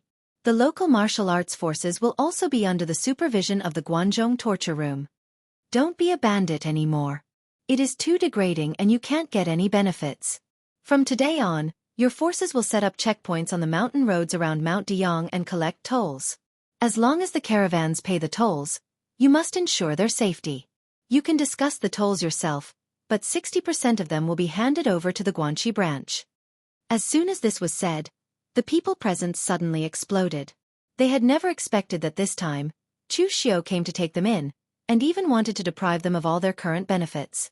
One of the martial artists couldn't help but stand up and say angrily, "Official Chu, don't you think this is a little?" As soon as the martial artist stood up, before he could finish his words, Chu Xiu looked at him and performed the art of extinguishing heaven and destroying earth and soul transfer. His powerful mental strength directly poured into the martial artist's mind. The next moment, the martial artist with a strength of physical invulnerability realm instantly bled from his 7 orifices. He twitched a few times and directly fell to the ground, dead. Chu Xiao looked at the crowd, who instantly kept quiet out of fear, and said emotionlessly, "There's one thing you're mistaken about. This time around, I'm not here to discuss matters with you.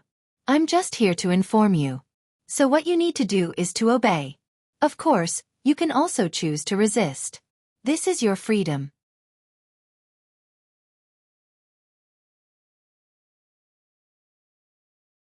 Chapter 345.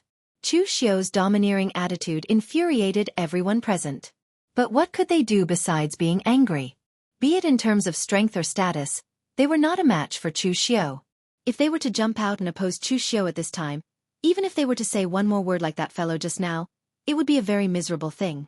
Chen Yun of the Thundercloud Stronghold was the first to stand up and say, "Since official Chu has said so, the Thundercloud Stronghold has no objections. When we go back, we will immediately order our subordinates to carry it out." At this time, Chen Yun was as obedient as he could be. He was like a completely different person from the previous ruthless leader of the Thundercloud Stronghold, Black Demon Hand. At this time, everyone present was secretly cursing Chen Yun for seeming straightforward but actually cunning. Just now, he was the one who said that everyone should unite to fight against Chu Xiao, but now he was the first to take the lead and admit defeat. Of course, from Chen Yun's point of view, a wise man submits to circumstances. He would not do something that would send him to his death. When the others saw Chen Yun's attitude, they could only obediently bow their heads and accept their fate. It did not matter if they were sincerely convinced by Chu Xiao. In any case, it was enough as long as they were convinced. Looking at everyone, Chu Xiao said indifferently, "Those who are obedient will not die, nor will they suffer losses. You will be glad that you made the choice today. All right, you can all leave." Chu Xiao had said that he would treat them to a banquet, but in the end, not to mention wine, they did not even get to eat a single leaf. Of course at this time, no one would care about this. To them, being able to survive this time was already very fortunate. After sending these people away, the Ghost Hand Monarch walked in and said in surprise, "Sir, it's done just like that?" Chu Xiao nodded and said, "What else can I do?" For most people it was impossible to reason with them. It would be easier to just draw their swords and sabers as soon as they appeared. If they don't obey, they will die. It is that simple. Sometimes, people will be lost in the face of benefits, but it is a good choice to make in the face of life and death. Hearing Chu Xiao's words, the Ghost Hand King suddenly felt a chill. Even though he was very loyal to Chu Xiao, he couldn't help but think that Chu Xiao's way of thinking was extremely crooked. In other words, those who submit to me will prosper, and those who oppose me will perish. However, other than the Kunlun devil cult that was at its peak 1,000 years ago, it seemed like no one, not even the Taoist and Buddhist sects, could reach such heights. The Ghost Hand Monarch shook his head to get rid of the messy thoughts in his mind. He said in a deep voice, "Sir, I have prepared the things you asked me to prepare." With that, the Ghost Hand King gave Chu Xiao 5 palm-sized pocket-sized array discs. Ghost Hand King was proficient in some array Dao. What Chu Xiao asked Ghost Hand King to prepare was very simple. It was just an auxiliary 5 elements array. This kind of 5 elements array did not have the slightest lethality. Its only function was to distinguish the direction according to the power of the 5 elements. As long as there was enough power supply, the array could always monitor the surrounding movements and transmit it to Chu Xiao. Of course, for most people, this kind of thing was relatively useless, but for Chu Xiao, it was very useful. This was because these 5 array discs could provide Chu Xiao with a clear direction after the Tower of Babel reappeared. It could also monitor the movements of a group of people, so that Chu Xiao would not become blind.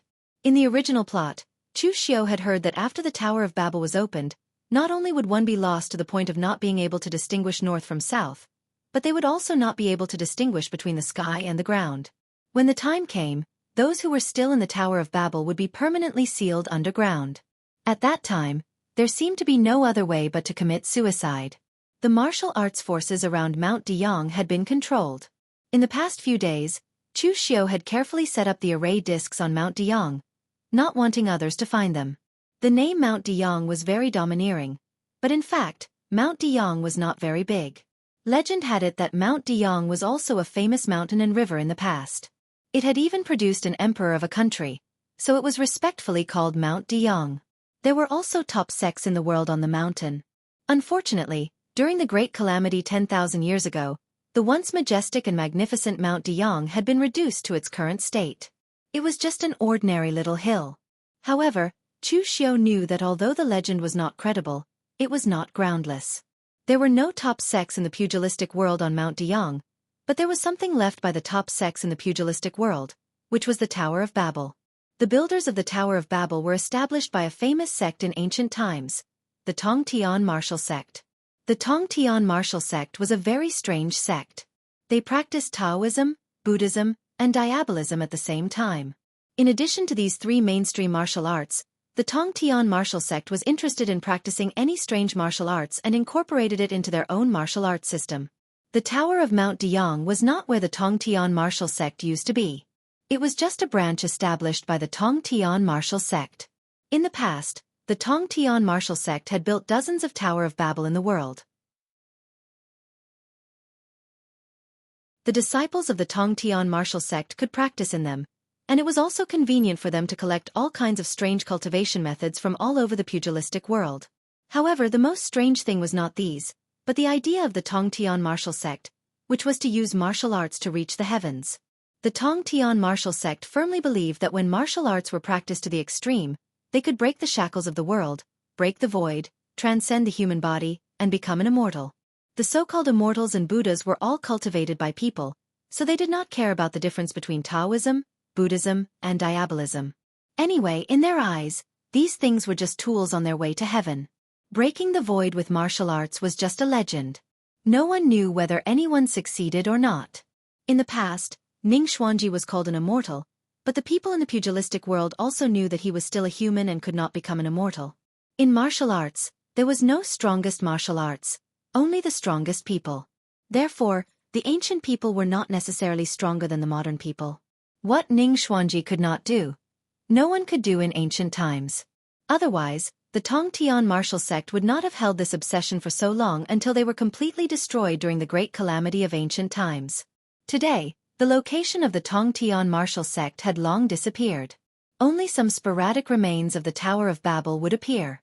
Because the Tower of Babel all over the world existed independently, some Tower of Babel might have a lot of good things in it, while some had very little. Some had even been completely destroyed and had no value at all. In the original plot, Mount Deyong, the Tower of Babel that was about to appear, was the most well-preserved Tower of Babel in history. The formation in it was almost undamaged and could still be operated. Therefore, the appearance of the Tower of Babel in Mount Deyong this time was not like the other Tower of Babel, which completely appeared because of the destruction of the formation. Instead, only a part of it appeared. After absorbing the power of heaven and earth for a period of time and replenishing its strength, it would sink into the ground again. At that time, no one thought that the interior of the Tower of Babel would be so complete. They thought that it was the Tower of Babel that had appeared in the past, which was already dilapidated and did not have many good things. Therefore, no martial Dao Grand Master took action. As a result, a group of people did not search the Tower of Babel in a short time. They only found a few things on the first floor. When the time was up, some of them escaped, while others were completely sealed in the Tower of Babel and sunk into the ground. When the news spread later, several forces teamed up to excavate the Tower of Babel.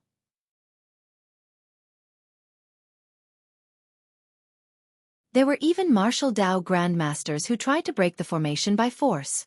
In the end, they triggered the formation in the Tower of Babel, causing the Tower of Babel to self-destruct. The good things that were not found in it and the people who were previously sealed in it were all killed. It could be said to be a pity. Of course, with Chu Xiu around this time, the things in the Tower of Babel would not go to waste. Moreover, even if it was really a waste, Chu Xiu did not intend to inform Guan Siyu in advance that there were good things in the Tower of Babel this time. If Guan Siyu did not come, the things would belong to him. If Guan Siyu came, the things would probably belong to the entire Guanzhong torture room. 7 days later, there was a sudden violent vibration on Mount Deyong, as if the mountain was collapsing and the ground was cracking. The entire Mount Deyong began to tremble. The forces scattered at the foot of Mount Deyong all showed horror in their eyes. They immediately got their people to prepare to escape. They thought that the Earth Dragon had turned the world upside down. Under a natural disaster, even as a martial artist, there was no guarantee that they could survive. It was just that the probability was slightly higher or slightly lower. However, before they could completely escape, a dazzling white light bloomed on top of Mount Deyong. Even in broad daylight, it could be seen clearly. This time, even an idiot could guess that a treasure should have been born on Mount Deyong. However, when Chen Yun, Yang Tingwei, and the others had just walked up the mountain, they were stopped by Tangya, Yen Bugui, and the others. Chen Yun's eyes revealed anger as he said, "Lord Tang, what is the meaning of this? Mount Deyong is where we have lived for generations. Do we not even have the right to go up now?" Tangya said indifferently, "Maybe in the past, but not now. Now, Mount Deyong is my lord's territory. If he says that you can't go up, you can't go up." The people from the dozen forces around Mount Deyong were all agitated, seeing that a treasure had been born, but in the end, they did not even have the right to go up and see it. How could they not be angry? However, before they completely lost their temper, Chu Xiu walked over, glanced at them and said indifferently, "You want to go in? Sure, but if you want to snatch the treasure, you have to weigh your own strength first. The thing on Mount Deyong has not been completely born yet. There will definitely be a fight for it later. If you want to snatch it now, does that mean you want to be my enemy? Do you think I should get rid of you in advance?" Under Chu Xiu's coercion, Chen Yun and the others did not even say a word and all left dejectedly. However, they also secretly hated Chu Xiu's overbearing attitude and decided to spread the news. If they could not get it, Chu Xiu would also not get it.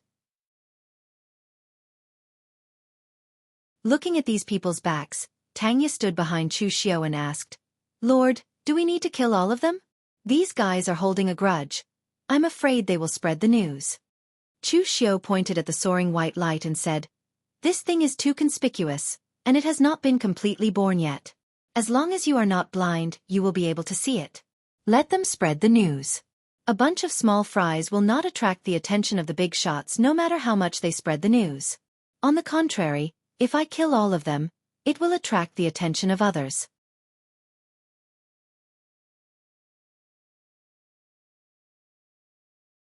Chapter 346. The news of a treasure appearing in Mount Deyong was quickly spread by Chen Yun and the others through the West Chu caravans. This was also because Chu Xiu did not stop them and deliberately caused this to happen. After the great calamity of ancient times, countless relics and treasures had appeared in Jianghu. Most of the people in Jianghu had even figured out whether there were treasures among them. Due to the circulation of some information from ancient times, most of the ruins were able to roughly deduce the origins of the ruins not long after they appeared. Then they would analyze whether there were any treasures in the ruins and finally decide what level of experts to send to fight for it. Otherwise, experts at the level of Wu Dao Grandmaster would have something to do.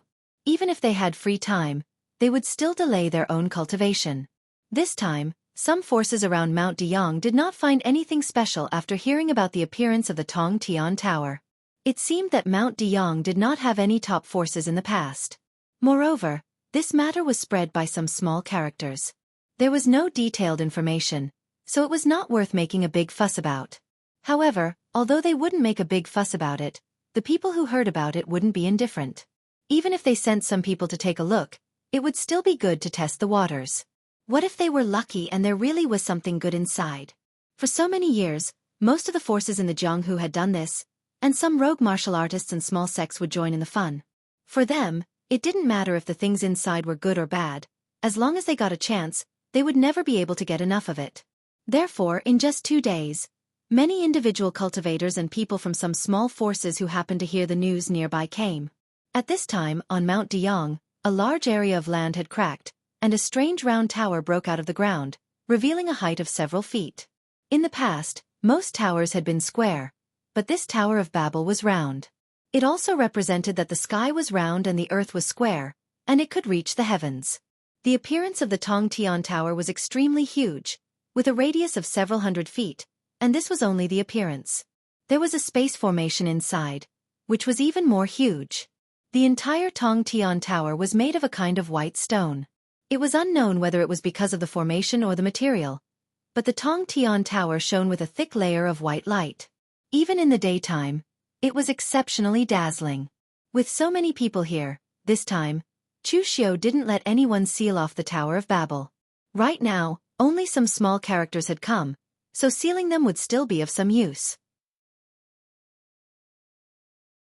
However, if some important figures came later, and Chu Xiao wanted to seal them, then he would have to fight with them before the Tower of Sky Split opened. Victory or defeat aside, he would definitely suffer a loss. Without Chu Xiao's blockade, Chen Yun and the others hastily made their way to Mount Deyang. They hid in the crowd as they watched Chu Xiao, sneering inwardly. "Aren't you very arrogant, Chu Xiao?"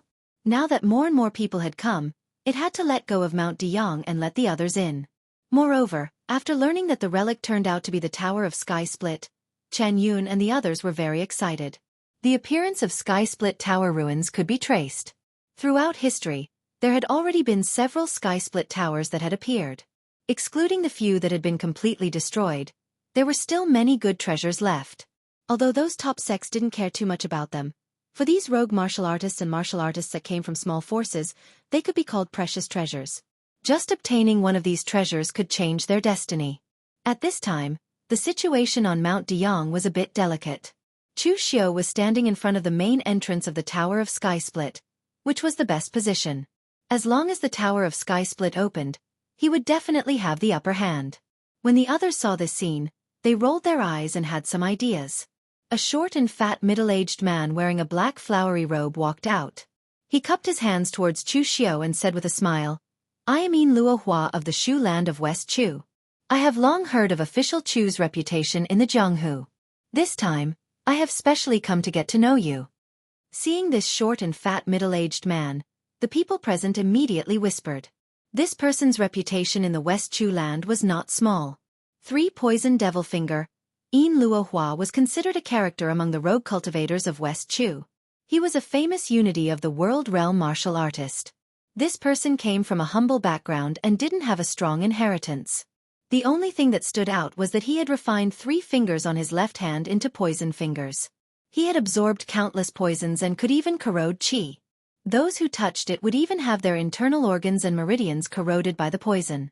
So even if a martial artist was stronger than his opponent, they were not willing to fight to the death with him. This was because even if they killed their opponent, as long as they were hit by Yin Luohua's poison fingers, they would have to pay a great price to expel the poison. It was not worth it at all. So in the West Chu land, this fellow was like a fly. Although his strength wasn't at the peak, no one was willing to fight with him. No matter what they encountered, as long as Yin Luohua didn't go too far, most people were not willing to become hostile with him.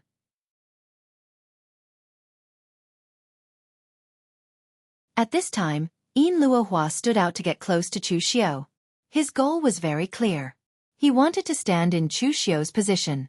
Of course, Yin Luohua didn't want to drive Chu Xiao away. He just wanted to take the initiative with Chu Xiao. Although this place wasn't considered the territory of the Guanzhong torture room, it was said that Chu Xiao had already included this place into his territory. A strong dragon couldn't suppress a snake in its territory. This place was too close to the Guanzhong torture room, so Yin Luohua didn't want to suppress Chu Xiao, who was half a snake in his territory. Moreover, the news of Chu Xiao killing a unity of the world realm expert was widely spread. Although Yin Luohua had the strength of the unity of the world realm, he really didn't want to make a move against Chu Xiao at this time. Chu Xiao looked at Yin Luohua's figure walking over with a smile that wasn't a smile on his face. He said, "What did you just say? Get to know each other? Are you worthy?" Yin Luohua's footsteps immediately stopped and his face darkened as he said, "Chu Xiao, what do you mean?" The smile on Chu Xiao's face disappeared and he said with an expressionless face, "Is my meaning not clear enough? I'm saying you're not worthy. I'll have to trouble you to find out what kind of people are qualified to be my, Chu Xiao's friends. What kind of people are qualified to be my, Chu Xiao's enemies? You rely on underhanded methods to make others not dare move against you. You're like a toad and a fly, yet you dare to try to get close to me? Are you worthy?" Chu Xiao's words were extremely insulting. Not to mention Yin Luohua being a famous person in the West Chu land. Even a small character wouldn't be able to endure it. But some people thought about it and realized that what Chu Xiao said was the truth. In the past, during the God Weapon Conference, the people that were friends with Chu Xiao were Mo Tianlin, Luo Fei Heng, and Xie Xiao Lu. As for Chu Xiao's opponents, They were all on the same level as Xiahou Wujiang. Although Yin Luohua had the cultivation of the unity of the world realm, he couldn't compare to these people at all. His reputation wasn't that good either. To put it bluntly, not to mention becoming friends with Chu Xiu, he didn't even have the qualifications to be enemies with Chu Xiu. At this time, Yin Luohua's face turned red from Chu Xiu's words. His heart was already filled with rage. In any case, he was considered a top figure in the West Chu land, and there were so many people here who knew him. Now that he was being insulted by Chu Xiu, if he continued to endure it, he would probably be laughed at for the rest of his life. Yin Luohua took a step forward, and his body was surrounded by a dark green aura. He shouted coldly, "Chu Xiu, you're going too far. Don't think that you can look down on us seniors in the pugilistic world just because you're in the top 10 of the Longhu list. I only befriended you because I gave you face. If I didn't give you face, who do you think you are?" As soon as he finished speaking, Yin Luohua raised his left hand, which had always been shrouded in his wide sleeves. His middle finger, index finger, and ring finger simply didn't look like human fingers. They were pitch black like ink, and there were also ferocious blood-red sharp nails on them, just like those of a wild beast. Yin Luohua's unconventional cultivation method was equivalent to harming others and himself. Basically, he would never be able to break through to the martial Dao Grandmaster level in this lifetime. Of course, for a rogue cultivator like him, being able to step into the unity of the world realm was already extremely lucky, not to mention becoming a martial Dao Grandmaster. Yin Luohua's index finger pointed out, and the black poison mist and demonic qi roared out. The aura qi actually condensed into the shape of an evil spirit that wrapped around his left arm, looking extremely shocking. Yin Luohua's own strength wasn't that strong, and the strength of his aura qi wasn't much stronger than the old and frail Wei family ancestor and Zhang Wanshan. The most troublesome part of his finger was the poison that erupted from his finger. It could corrode qi and corrode internal organs and meridians, so it was impossible to defend against it. Yin Luohua didn't even have an antidote for this poison. Although he wouldn't die immediately after being poisoned, it wasn't easy to expel the poison. This time, Yin Luohua used the three-poison demonic finger. It seemed like he hated Chu Xiu for humiliating him before, so he didn't care about Chu Xiu's identity as a member of the Guanzhong torture room. After getting the treasure, he would return to West Chu. So where would the Guanzhong torture room find him? At this time, Chu Xiu's mouth revealed a cold smile. He formed a seal with his hand, and when the fist landed, it immediately blossomed with a holy light. Perfect Aquarius seal. The blinding radiance collided with the jet-black, jade-green poisonous finger, and everyone heard a miserable howl. Yin Luohua's index finger had actually been smashed apart by Chu Xiu's powerful, perfect Aquarius seal. However, although Yin Luohua's index finger was shattered and even twisted beyond shape, the dark green poison mist directly broke through the powerful force of the perfect Aquarius seal and directly exploded into Chu Xiu's hands. In almost an instant, Chu Xiu's arms had already turned pitch black.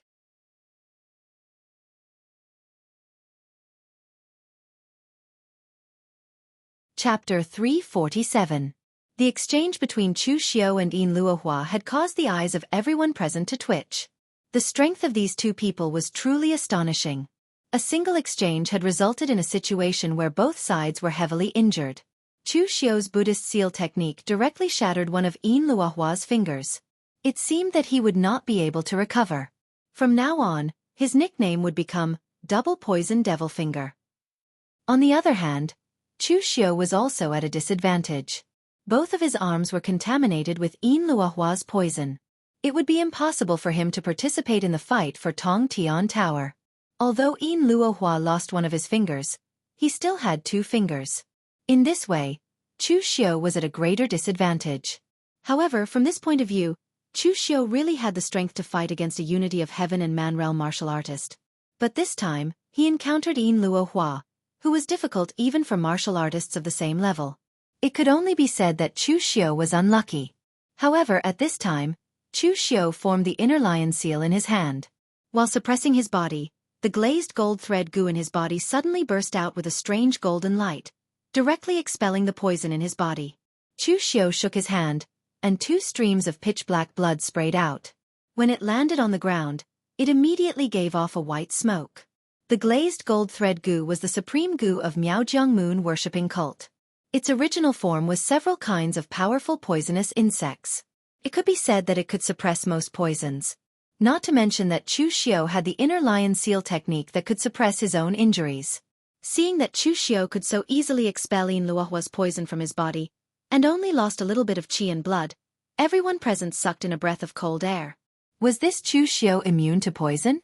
Looking at the flabbergasted Yin Luohua, Chu Xiao said indifferently, "I've said it before. You're not worthy of being friends with me. Now that you've seen the outcome, do you still think you're worthy?" Yin Luohua's complexion was already as black as his poison demon finger, but at this time, he really did not dare to continue challenging Chu Xiao. One of the 3 poison demon fingers that he had relied on to become famous had actually been smashed by Chu Xiao today. This had already made his heart bleed. If he were to attack again, it was still unknown whether he would be able to keep the other 2 fingers. In the past, he had always used the power of his poison demon finger to intimidate others. He did not expect that he would be completely defeated by Chu Xiao today. Thinking of this, Yin Luohua could only retreat unwillingly. He even seemed to hear someone mocking him from behind. At this moment, a cold voice rang out. "If he isn't worthy to be your enemy, then what about I?" As the voice rang out, a martial artist in his 60s wearing a lake blue robe separated the crowd and walked over. Behind him were more than 10 Xiantian, inner aura, and outer aura realm disciples. This person's aura was very strong, and the gang energy around him seemed to be flashing with sharp sword qi. His face was very elegant and gentle, like a teacher in a private school. However, his eyes carried a trace of cold electricity, and people who looked at him could not help but feel a chill in their hearts. Just based on his aura alone, this person was already several times stronger than Yin Luohua. Feeling the hostility from this person, Chu Xiao could not help but frown and ask, "Who are you?" Chu Xiao dared to guarantee that he had absolutely not seen this martial artist in the unity of heaven and man realm before. Even the aura on this person was very unfamiliar. However, Chu Xiao could see the intense hatred and murderous intent in the other party's eyes. This person was definitely someone who had a karmic conflict with him. However, the number of people Chu Xiao had killed was a little too many. As a result, even Chu Xiao himself had no idea how many people he had offended. The sword-wielding martial artist said coldly, "I am Ba Mountain Sword Sect's Teachertsen. Chu Xiao, you killed my disciple, but now you don't even recognize me?" Hearing this, the people present were in an uproar.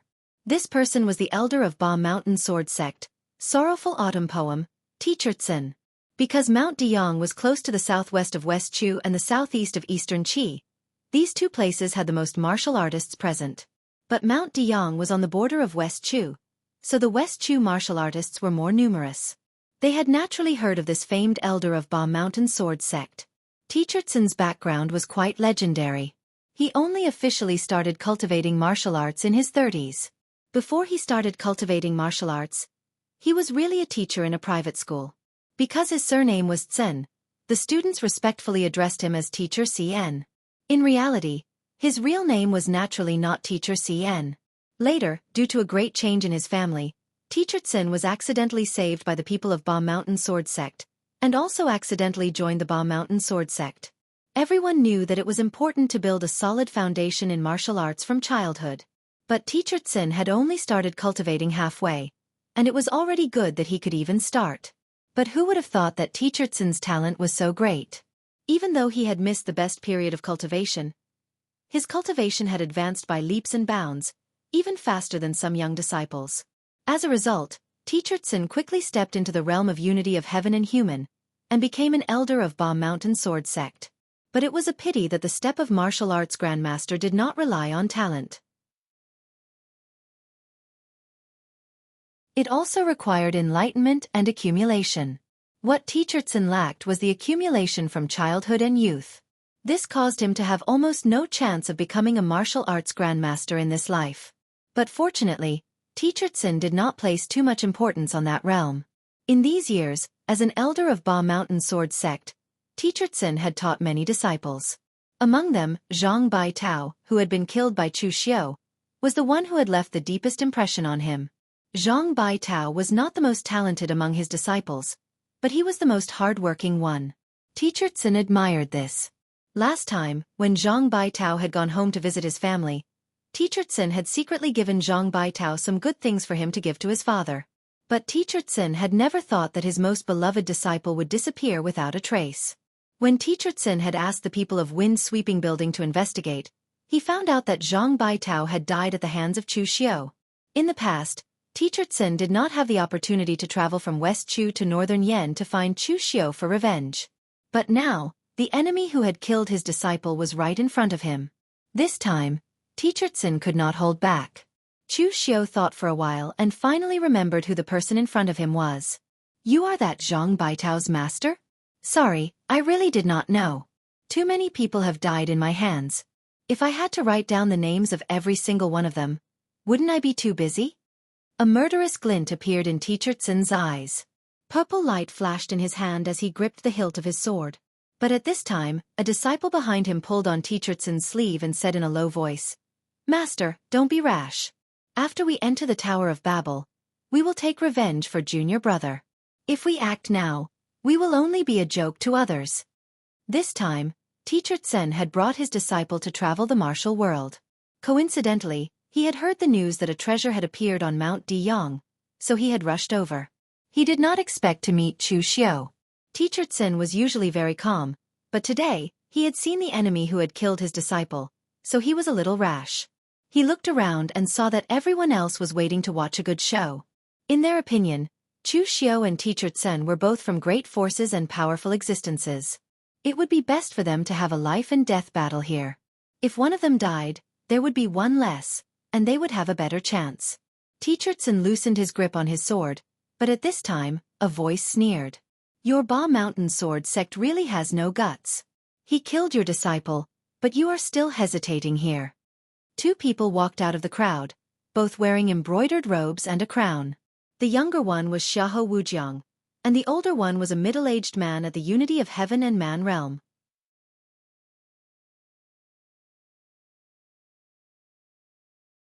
At this time, Xiahou Wujiang had also stepped into the 5 Qis towards the Origin realm.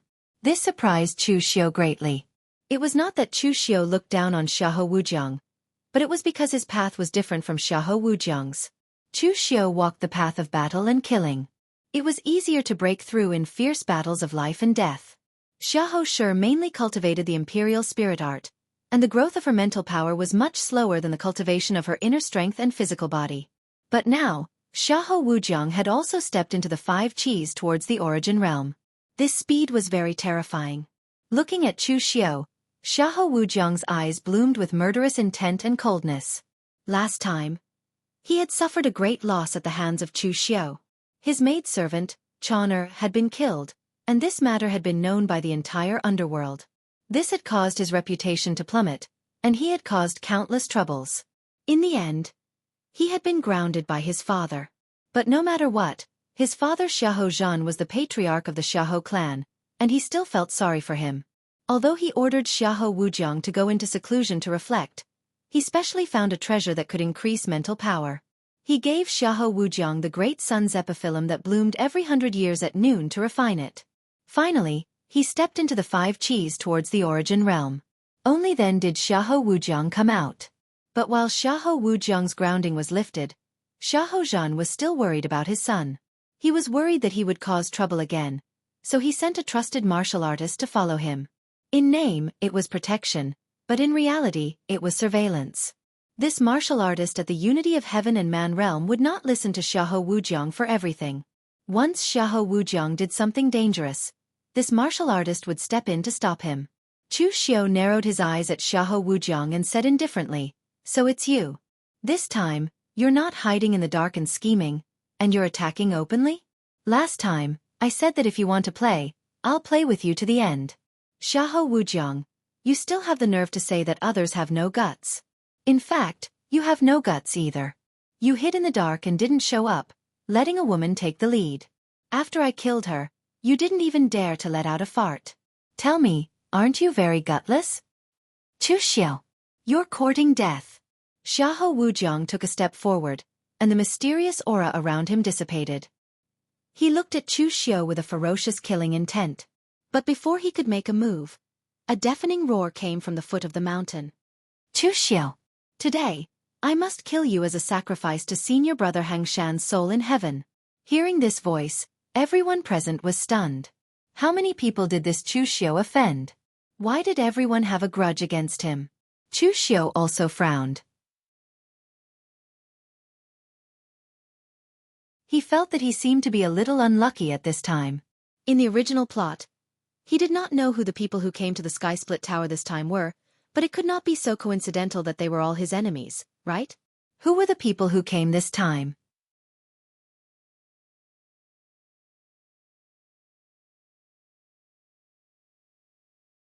Chapter 348. The person who was clamoring to kill Chu Xiu was a middle-aged monk in his 40s. He wore a moon-white robe and had a tall stature. He was at the Five Qis origin realm. At this moment, his face was filled with anger and murderous intent. His desire to kill Chu Xiu was even greater than that of Teacher Tsen and Xiahou Wujiang. However, the moment they saw this monk, everyone gasped and exclaimed, "It's someone from the Great Light Temple." The monks of the Great Light Temple would have a golden swastika imprint on their robes and kasaya. The outer layer was inlaid with a golden ring, representing the light of the Great Sun. Among the northern and southern Buddhist sects, in terms of power, the Great Light Temple was even greater than the Subodhi Monastery. This Chu Xiu was truly audacious to the extreme. He even dared to kill a disciple of the Great Light Temple. Chu Xiu raised his eyebrows and said, "There are many people in this world who want to kill me. Who do you think you are? However, I don't think I've killed a monk from the Great Light Temple. If you want to take revenge on me, you have to find the right person." The monk who suddenly appeared was Ming Chen, the martial monk instructor of the Vajra Courtyard, one of the 6 martial courtyards of the Great Light Temple. In the past, when Chu Xiu was carrying out a mission as an assassin of the Blue Dragon Society, he had killed an old monk named Hang Shan. That old monk was a friend of Ming Chen's. Although he was not from the Great Light Temple, he was still Ming Chen's senior. Although Chu Xiu was an assassin of the Blue Dragon Society at that time, it was not up to him to choose who he wanted to kill when carrying out a mission. However, it was clear that Ming Chen had already placed the blame on Chu Xiu. When the news of Hang Shan's death first came, Ming Chen had already wanted to seek revenge on Chu Xiu. However, at that time, Chu Xiu was still an assassin of the Blue Dragon Society, and the head of the Blue Dragon Society, Bu Tiannan, had just fought with the people of the Great Light Temple. The relationship between the two parties was more sensitive, so Ming Chen was stopped by his master and had endured until today. This time, Ming Chen had cultivated to the Five Qis origin realm and was ordered to go down the mountain to find talented disciples for the Great Light Temple. He had heard several rumors about Chu Xiu in the Jianghu, and could not help but come to the Guanzhong torture room. If Teacher Tsen and Xiahou Wujiang came here because of the appearance of the Skirich Tower and accidentally met Chu Xiu here, then Ming Chen could be said to have deliberately come to make trouble for Chu Xiu. Ming Chen said hatefully, "Chu Xiu, have you forgotten the Yao village of the northern Yan? In the past, you were an assassin of the Blue Dragon Society and killed countless people in the northern Yan land. Your hands were stained with blood." Yao Nanqian was about to retire from the Jianghu, but your Blue Dragon Society did not let him go and exterminated him during the Golden Basin washing ceremony. Because my senior martial brother Hang Shan also participated in the Golden Basin washing ceremony, he was massacred by you villains. Shouldn't I seek revenge from you? In the past, Chu Xiu was an assassin of the Blue Dragon Society. This was known by many people in the Jianghu. However, they did not expect that Chu Xiu had such a glorious battle record in the past.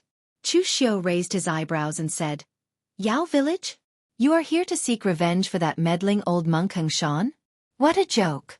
The Blue Dragon Society is just a sword in someone else's hand.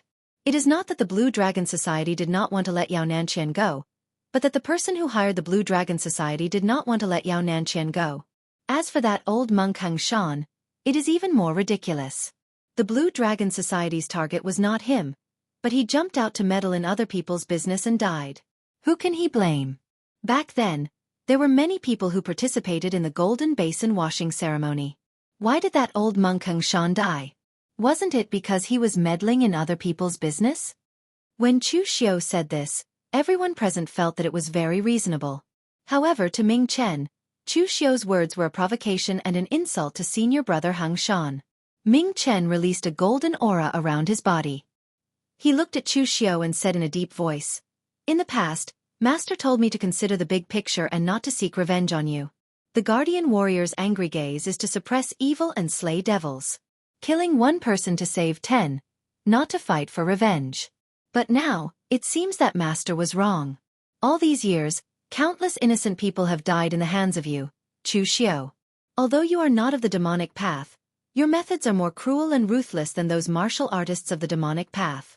Today, I am killing you not only to pay tribute to senior brother Hang Shan's spirit in heaven, but also to get rid of a scourge like you for the people of the martial world. Killing one of you can save thousands of people. As soon as he finished speaking, Ming Chen did not say anything else. His body flashed with a dazzling golden light, and he threw a punch at Chu Xiao with the roar of a dragon and a tiger. The Great Light Temple's secret technique, the dragon-taming tiger fist. For others, the sky-reaching tower was still very attractive. Even Teacher Tsen, an elder from the Ba Mountain sword sect, felt the same. But for Ming Chen, who came from the Great Light Temple, he did not care about the cultivation methods and treasures in the sky-reaching tower. Even if it was the sky-reaching sect of the ancient times, their heritage might not be stronger than that of the Great Light Temple. So Ming Chen did not care about the sky-reaching tower at all. This time, he came to find Chu Xiao for revenge. Moreover, when he said that he would kill Chu Xiao to get rid of the scourge of the martial world, it was not just high-sounding words, but what he really thought in his heart. Ming Chen came from the Vajra courtyard of the 6 major martial courtyards of the Great Light Temple, and the cultivation method he cultivated was the famous, Furious Vajra Heart Sutra of the Great Light Temple. After cultivating it to great success, his body became extremely strong, like the guardian Vajra of Buddhism. His eyes were angry, and he could destroy evil and kill demons. It was an extremely powerful body cultivation method. However, this cultivation method was a bit extreme. Although the Furious Vajra Heart Sutra was angry, if it was because of killing or hatred, then it would be walking on the evil path. It would stimulate one's own anger and lead to chi deviation. So to cultivate the Furious Vajra Heart Sutra, one must have the skills of a Vajra and the heart of a Buddha. Now that Ming Chen wanted to kill Chu Xiao, although the main purpose was to take revenge for Hang Shan, he himself thought that he was getting rid of the scourge of the martial world. Previously, when he wanted to kill Chu Xiao in the northern Yen, he was stopped by his master, which caused Chu Xiao to kill so many people in the martial world in the future. Now, he wanted to make sure that Chu Xiao would not be able to continue doing evil. When the people present saw that Ming Chen actually attacked directly, without any regard for the consequences, they were also stunned. They thought to themselves that the Great Light Temple was indeed the leader of the Buddhist sect, and they were extremely decisive and bold in their actions. However, this was also what they were happy to see happen. After all, Chu Xiao was currently occupying a good position. If he was really killed by Ming Chen, everyone would applaud and celebrate. Although Chu Xiao had the ability to fight against some of the weaker oneness of heaven and human realm, this did not mean that he was truly invincible in the 5 Chi's origin realm. Some existences in the top 10 of the Longhu leaderboard and some experts who had accumulated a lot of experience in the 5 Chi's origin realm could still hurt him, such as the current Ming Chen. Ming Chen was a core disciple of the Great Light Temple and the martial monk instructor of the Vajra Yard. His own ability did not need to be mentioned. Based on his inheritance alone, he was more powerful than Chu Xiao. When this punch landed, the roar of a dragon and the roar of a tiger erupted. Its might was not inferior to Chu Xiao's perfect Aquarius seal. If it was Yin Luo Hua, he would probably have one of his fingers shattered. At this moment, the expression of Yin Luo Hua, who was standing at the side and watching the battle, also changed. Although he was not a frog at the bottom of a well, he was a lone cultivator after all, so he did not have much knowledge. Previously, when Chu Xiao's seal shattered one of his fingers, he was already shocked. Now that he saw Ming Chen's punch, he was still a little frightened. Today, he finally understood that things like realms did not represent combat power. Although some people's realms were weaker than his, their combat power was so terrifying that it was abnormal. At this moment, in the face of Ming Chen's punch, a cold light flashed in Chu Xiao's eyes. Along the way, he had indeed offended a lot of people in the underworld. However, those who could reach a high position all had piles of bones under their feet. When would there be an end to revenge? The simplest way was to completely wipe out the other party's lineage and kill until the other party could not find anyone to take revenge on you. Then, the grudge would be considered resolved. Chu Xiu did not want to provoke the Great Light Temple, which was one of the northern and southern Buddhist sects. He killed Heng Shan, and Ming Chen came to take revenge on him. If he killed Ming Chen now, would Ming Chen's master come to take revenge on him in the future? These were all things that could happen, but Chu Xiu did not care so much. If someone wanted to kill him, he would kill them. Some things in the underworld were sometimes so simple, and compromise had never been Chu Xiu's style. Therefore, the moment Ming Chen attacked, Chu Xiu also attacked. Moreover, he used a killing move right from the start, without holding back. With one step, Chu Xiu's murderous intent shot up into the sky. Impressively, he had already stepped into the selfless killing realm. The devil's blade of Avicii slashed out, and the black demonic aura combined with the blood-refined divine power. The devil's blade of Avicii slashed out with a trace of divinity, and the surging demonic aura and murderous intent exploded, causing the wind to howl angrily, and there was a faint sound of ghosts crying and gods howling. The power of Chu Xiu's blade shocked everyone present. Yin Luohua was rejoicing that Chu Xiu did not explode with such power just now.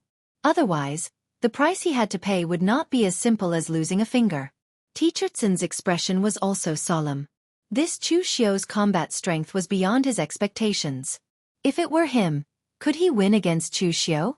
On the other hand, Xiahou Wujiang's expression was somewhat ugly. In the past, he had fought with Chu Xiu at the God Weapon Convention. Only a short time had passed, and this Chu Xiu's strength had skyrocketed to such an extent. Could it be that he had obtained some kind of opportunity? Unlike the others who were shocked by the power of Chu Xiu's blade, when he saw the power of Chu Xiu's blade, Ming Chen was even more determined to kill Chu Xiu. In his view, with such a murderous intent, how could a person who could cultivate demonic martial arts to such a level be a good person? He must be a demon whose hands were stained with blood. Killing Chu Xiu was rewarded with good karma. Killing people was also saving people. When the exploding golden gang chi collided with Chu Xiu's blade, suddenly the roar of dragons and tigers resounded. The demonic aura continued to roar, and bursts of violent fluctuations erupted.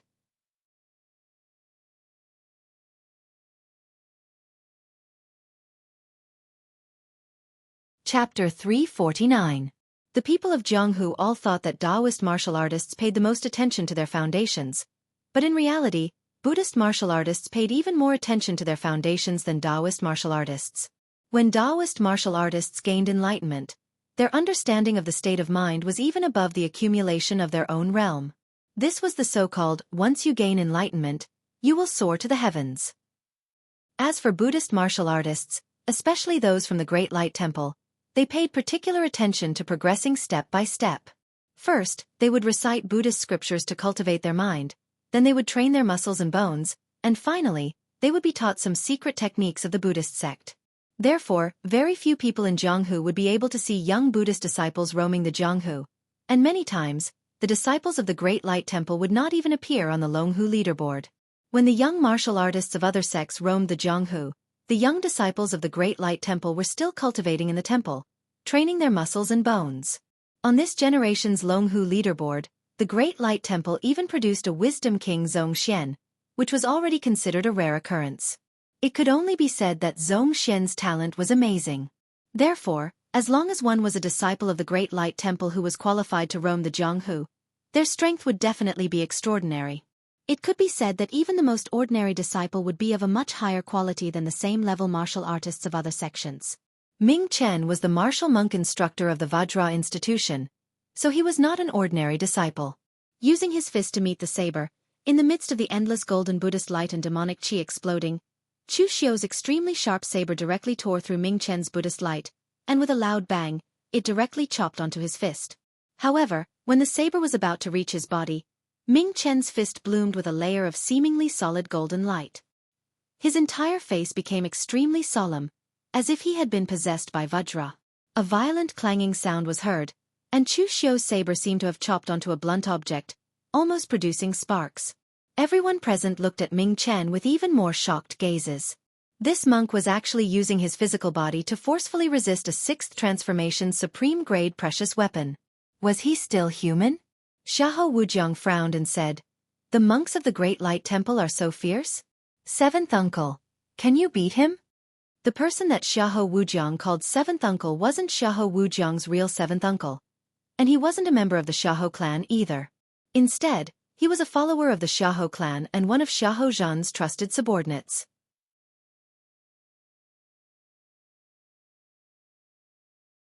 He was ranked 7th among his brothers, so he was called seventh uncle. Upon hearing this, seventh uncle said faintly, "That monk cultivates the Great Light Temple's secret technique, the Furious Eyes Vajra Heart Sutra. It seems that he has already cultivated it to the initial realm. He can condense the Vajra form to subdue demons and slay evil. It's not strange for him to be able to resist a 6th transformation precious weapon with his physical body. However, even though he had cultivated his physical body to this level, he couldn't train his internal organs to the point where they were impervious to swords and spears. There were many ways to kill him. As for me, Wu Jiang, you underestimate your seventh uncle too much. No matter what, I have stepped into the realm of oneness of heaven and man for so many years, and I have received your father's guidance. How could I lose to a monk who only has 5 qis collecting in origin? Not to mention the fact that he has only cultivated the guardian deity form. Even if he had cultivated the wisdom deity form, he would still not be able to withstand my 13 soul-stealing arrows. I will definitely be able to kill him within 7 arrows." Xiahou Wujiang nodded, not feeling that his seventh uncle was bragging. There were a total of 9 retainers by his father's side, all of whom were loyal to Xiahou Zhan. They were his father's true confidants, and they were even more reliable than the people in the Xiahou clan.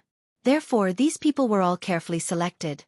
Not a single one of them was simple, and they were not inferior to the martial artists of those big sections. At this moment, Chu Xiu hadn't expected that Ming Chen's physical body would actually be so monstrous because his full-force attack from the heavenly demon dance had actually been blocked by Ming Chen. Just as Chu Xiu was about to withdraw his saber and retreat, Ming Chen turned his fists into palms, put his palms together, and clamped down on Chu Xiu's heavenly demon dance. A scorching Buddhist gang qi followed the heavenly demon dance and blasted directly at Chu Xiu. Moreover, this was not the end. Ming Chen suddenly opened his mouth, and a deafening Buddhist roar came out.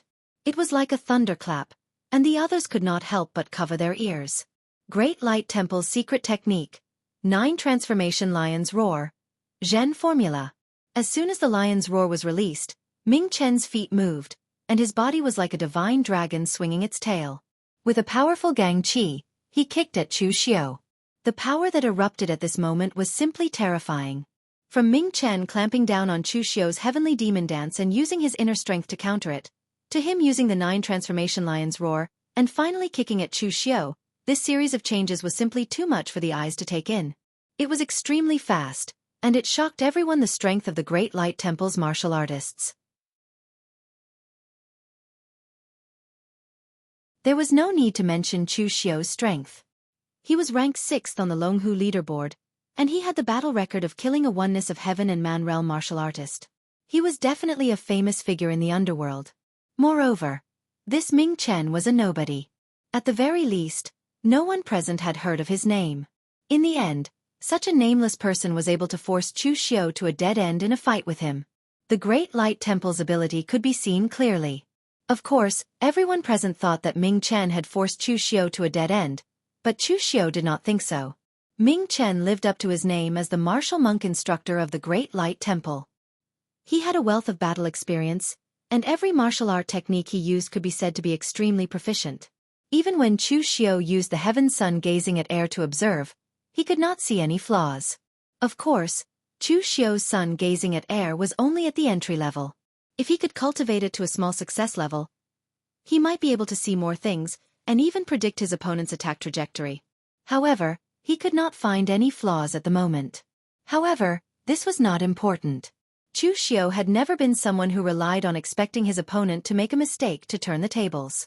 He wanted to see if it was Ming Chen who had forced him to a dead end, or if it was he who had forced Ming Chen to a dead end. The moment Ming Chen unleashed his series of moves, Chu Xiu also moved. The Buddha light that came from the heavenly demon dance was directly absorbed into Chu Xiu's body, but it was immediately suppressed by his inner lion seal. The glazed gold thread goo in his body shone brightly, melting away the Buddha's vital qi. At the same time, Chu Xiu put away his saber and formed a seal. His hands formed 2 completely different seals. The fingers on his left hand formed a seal, forming the outer lion seal.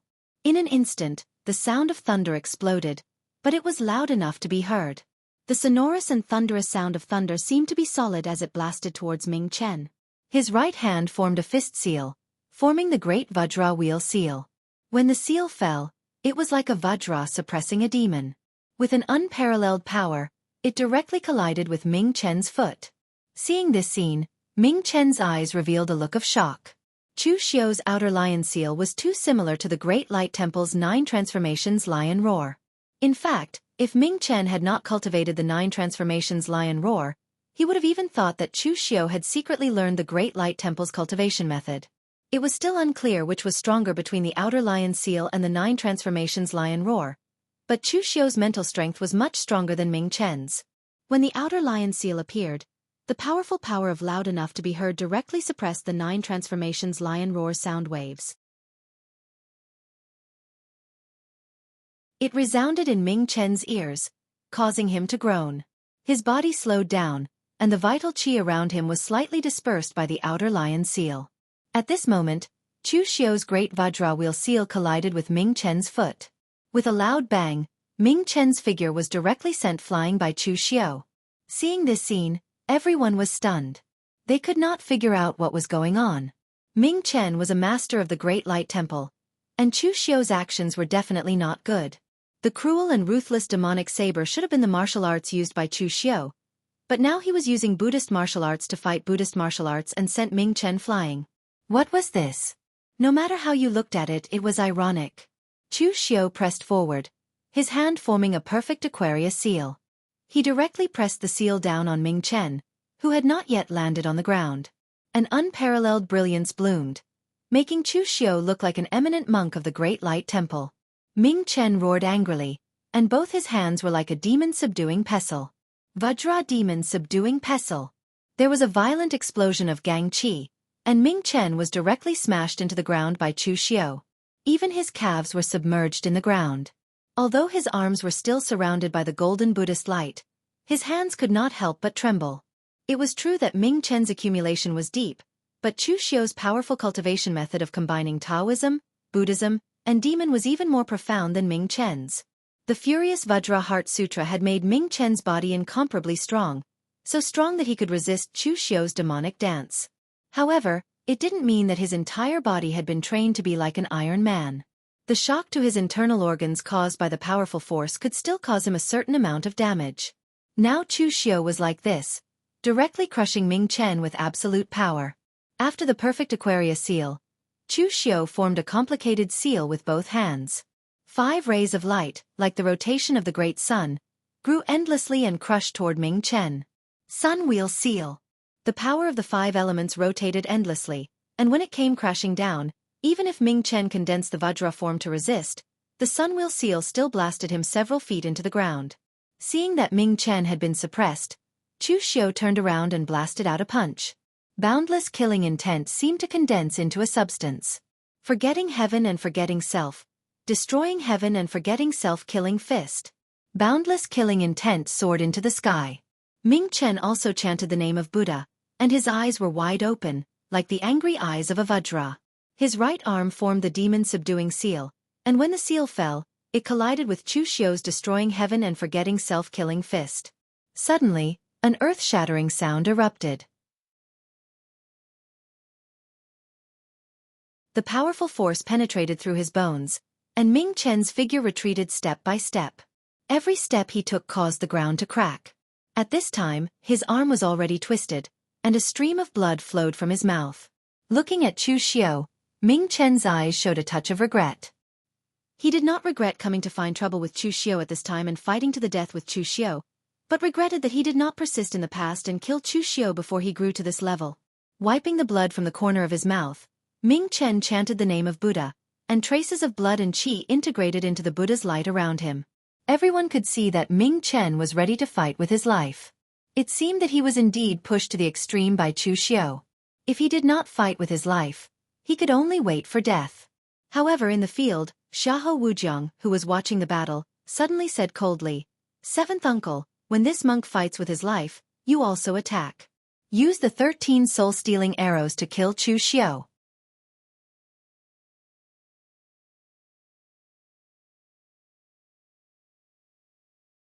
Chapter 350. Xiahou Wujiang's words made seventh uncle frown. Wujiang, sneak attacks aren't nice to talk about. Once I make a move, I'll lose not only my reputation, but also yours. I don't care about my reputation. After all, I'm just a nameless person in Jianghu and I can afford to lose. However, you and Chu Xiu are both elites of the Dragon and Tiger list. You can defeat him head-on or plot against him in secret. However, if you launch a sneak attack from behind, your reputation will plummet.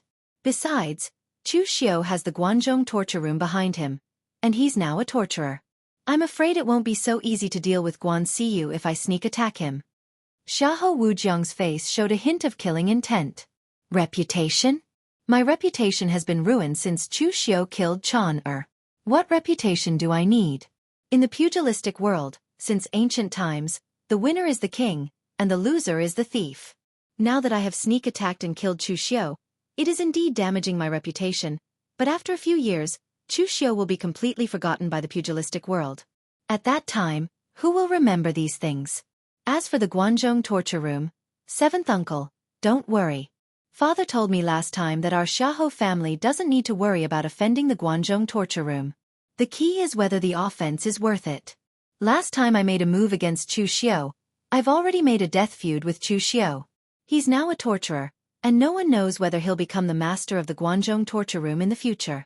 Killing Chu Xiu will only offend the Guanzhong torture room now, but keeping Chu Xiu alive will make our Xiahou family always oppose the Guanzhong torture room.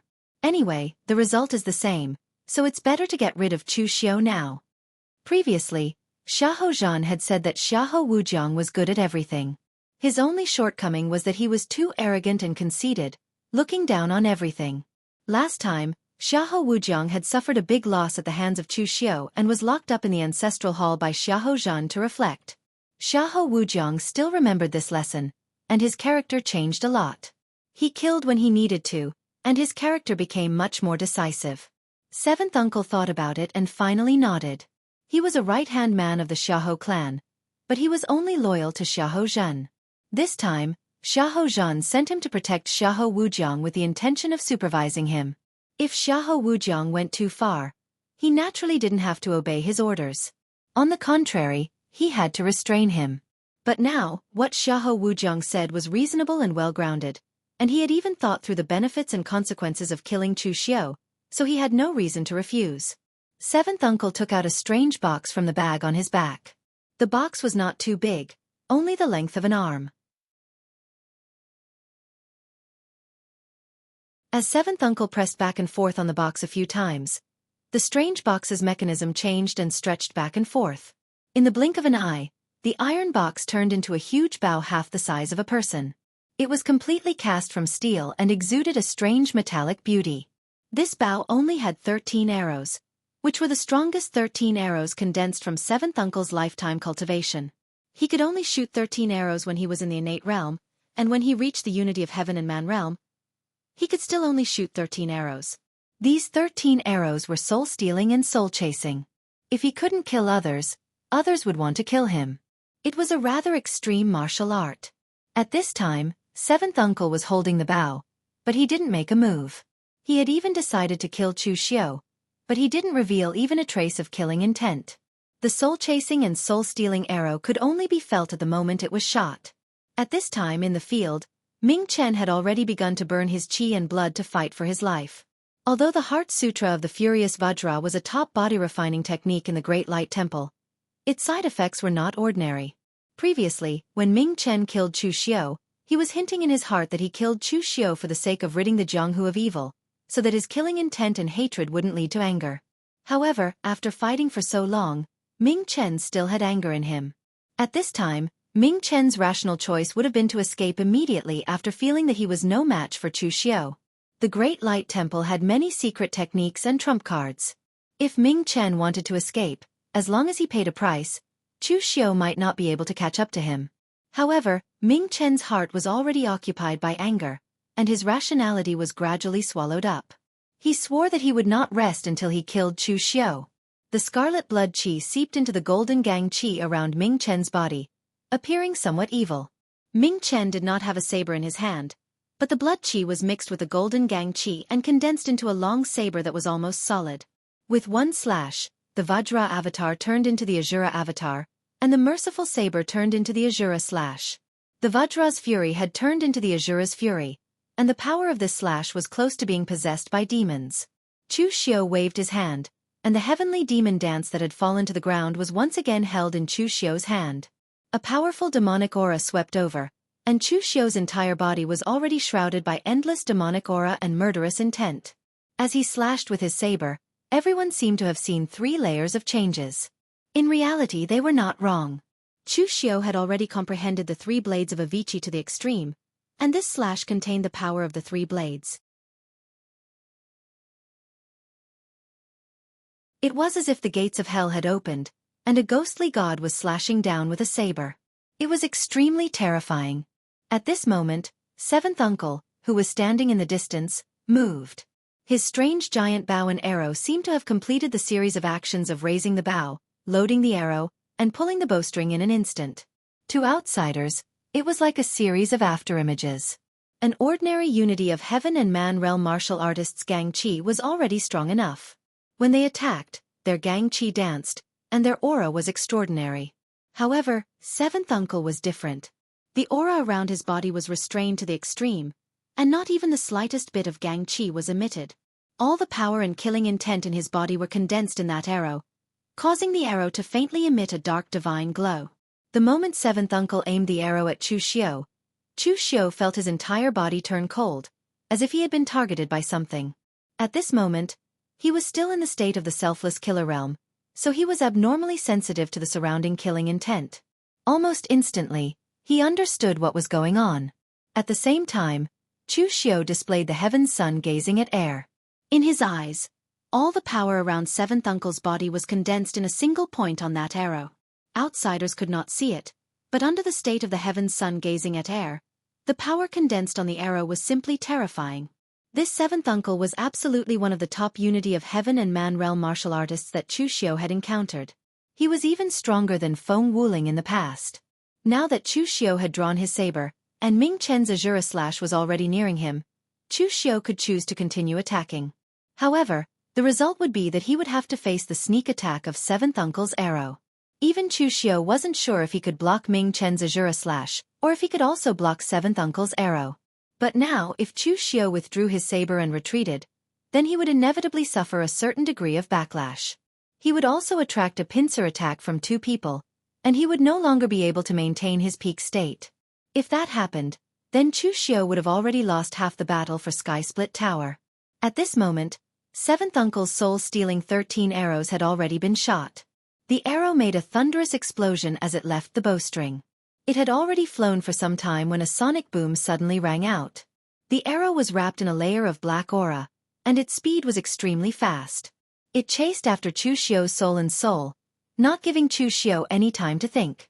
At this time, Chu Xiao didn't have time to think.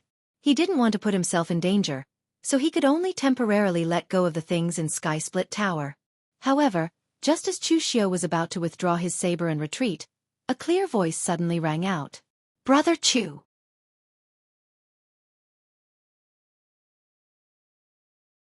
"I've come to help you."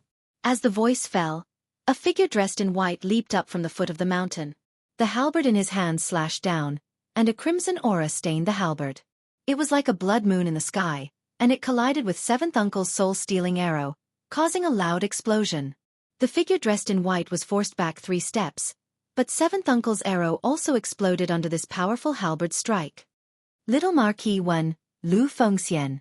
The person who had suddenly appeared was Lu Fengxian, who had been roaming around West Chu for a long time.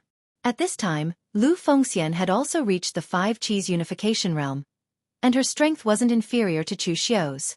She wasn't much weaker than Seventh Uncle, who was at the unity of the world realm. With Lu Fengxian helping to block Seventh Uncle, Chu Xiao's saber intent, which had just been about to withdraw, became even fiercer as it slashed towards Ming Chen. Under the surging demonic qi, it swallowed the heavens and earth. Even Ming Chen's Azura slash was extinguished by that saber strike. As the saber fell, Ming Chen was sent flying, and a hideous wound appeared on his chest. With his qi and blood injured, the strength of his body also decreased. Just now, he could still use his body to block Chu Xiu's saber strike, but now he was heavily injured by Chu Xiu. Seeing the heavily injured Ming Chen, Chu Xiu's eyes revealed a surging killing intent. Since he had already made his move, there was no need to hesitate.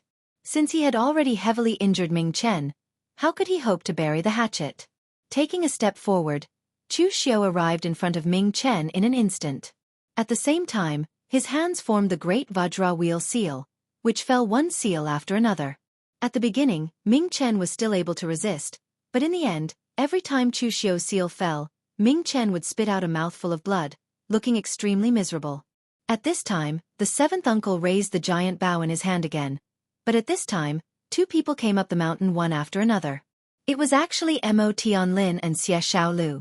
The two of them also stood beside Lu Fengxian, staring at the seventh uncle like a tiger watching its prey.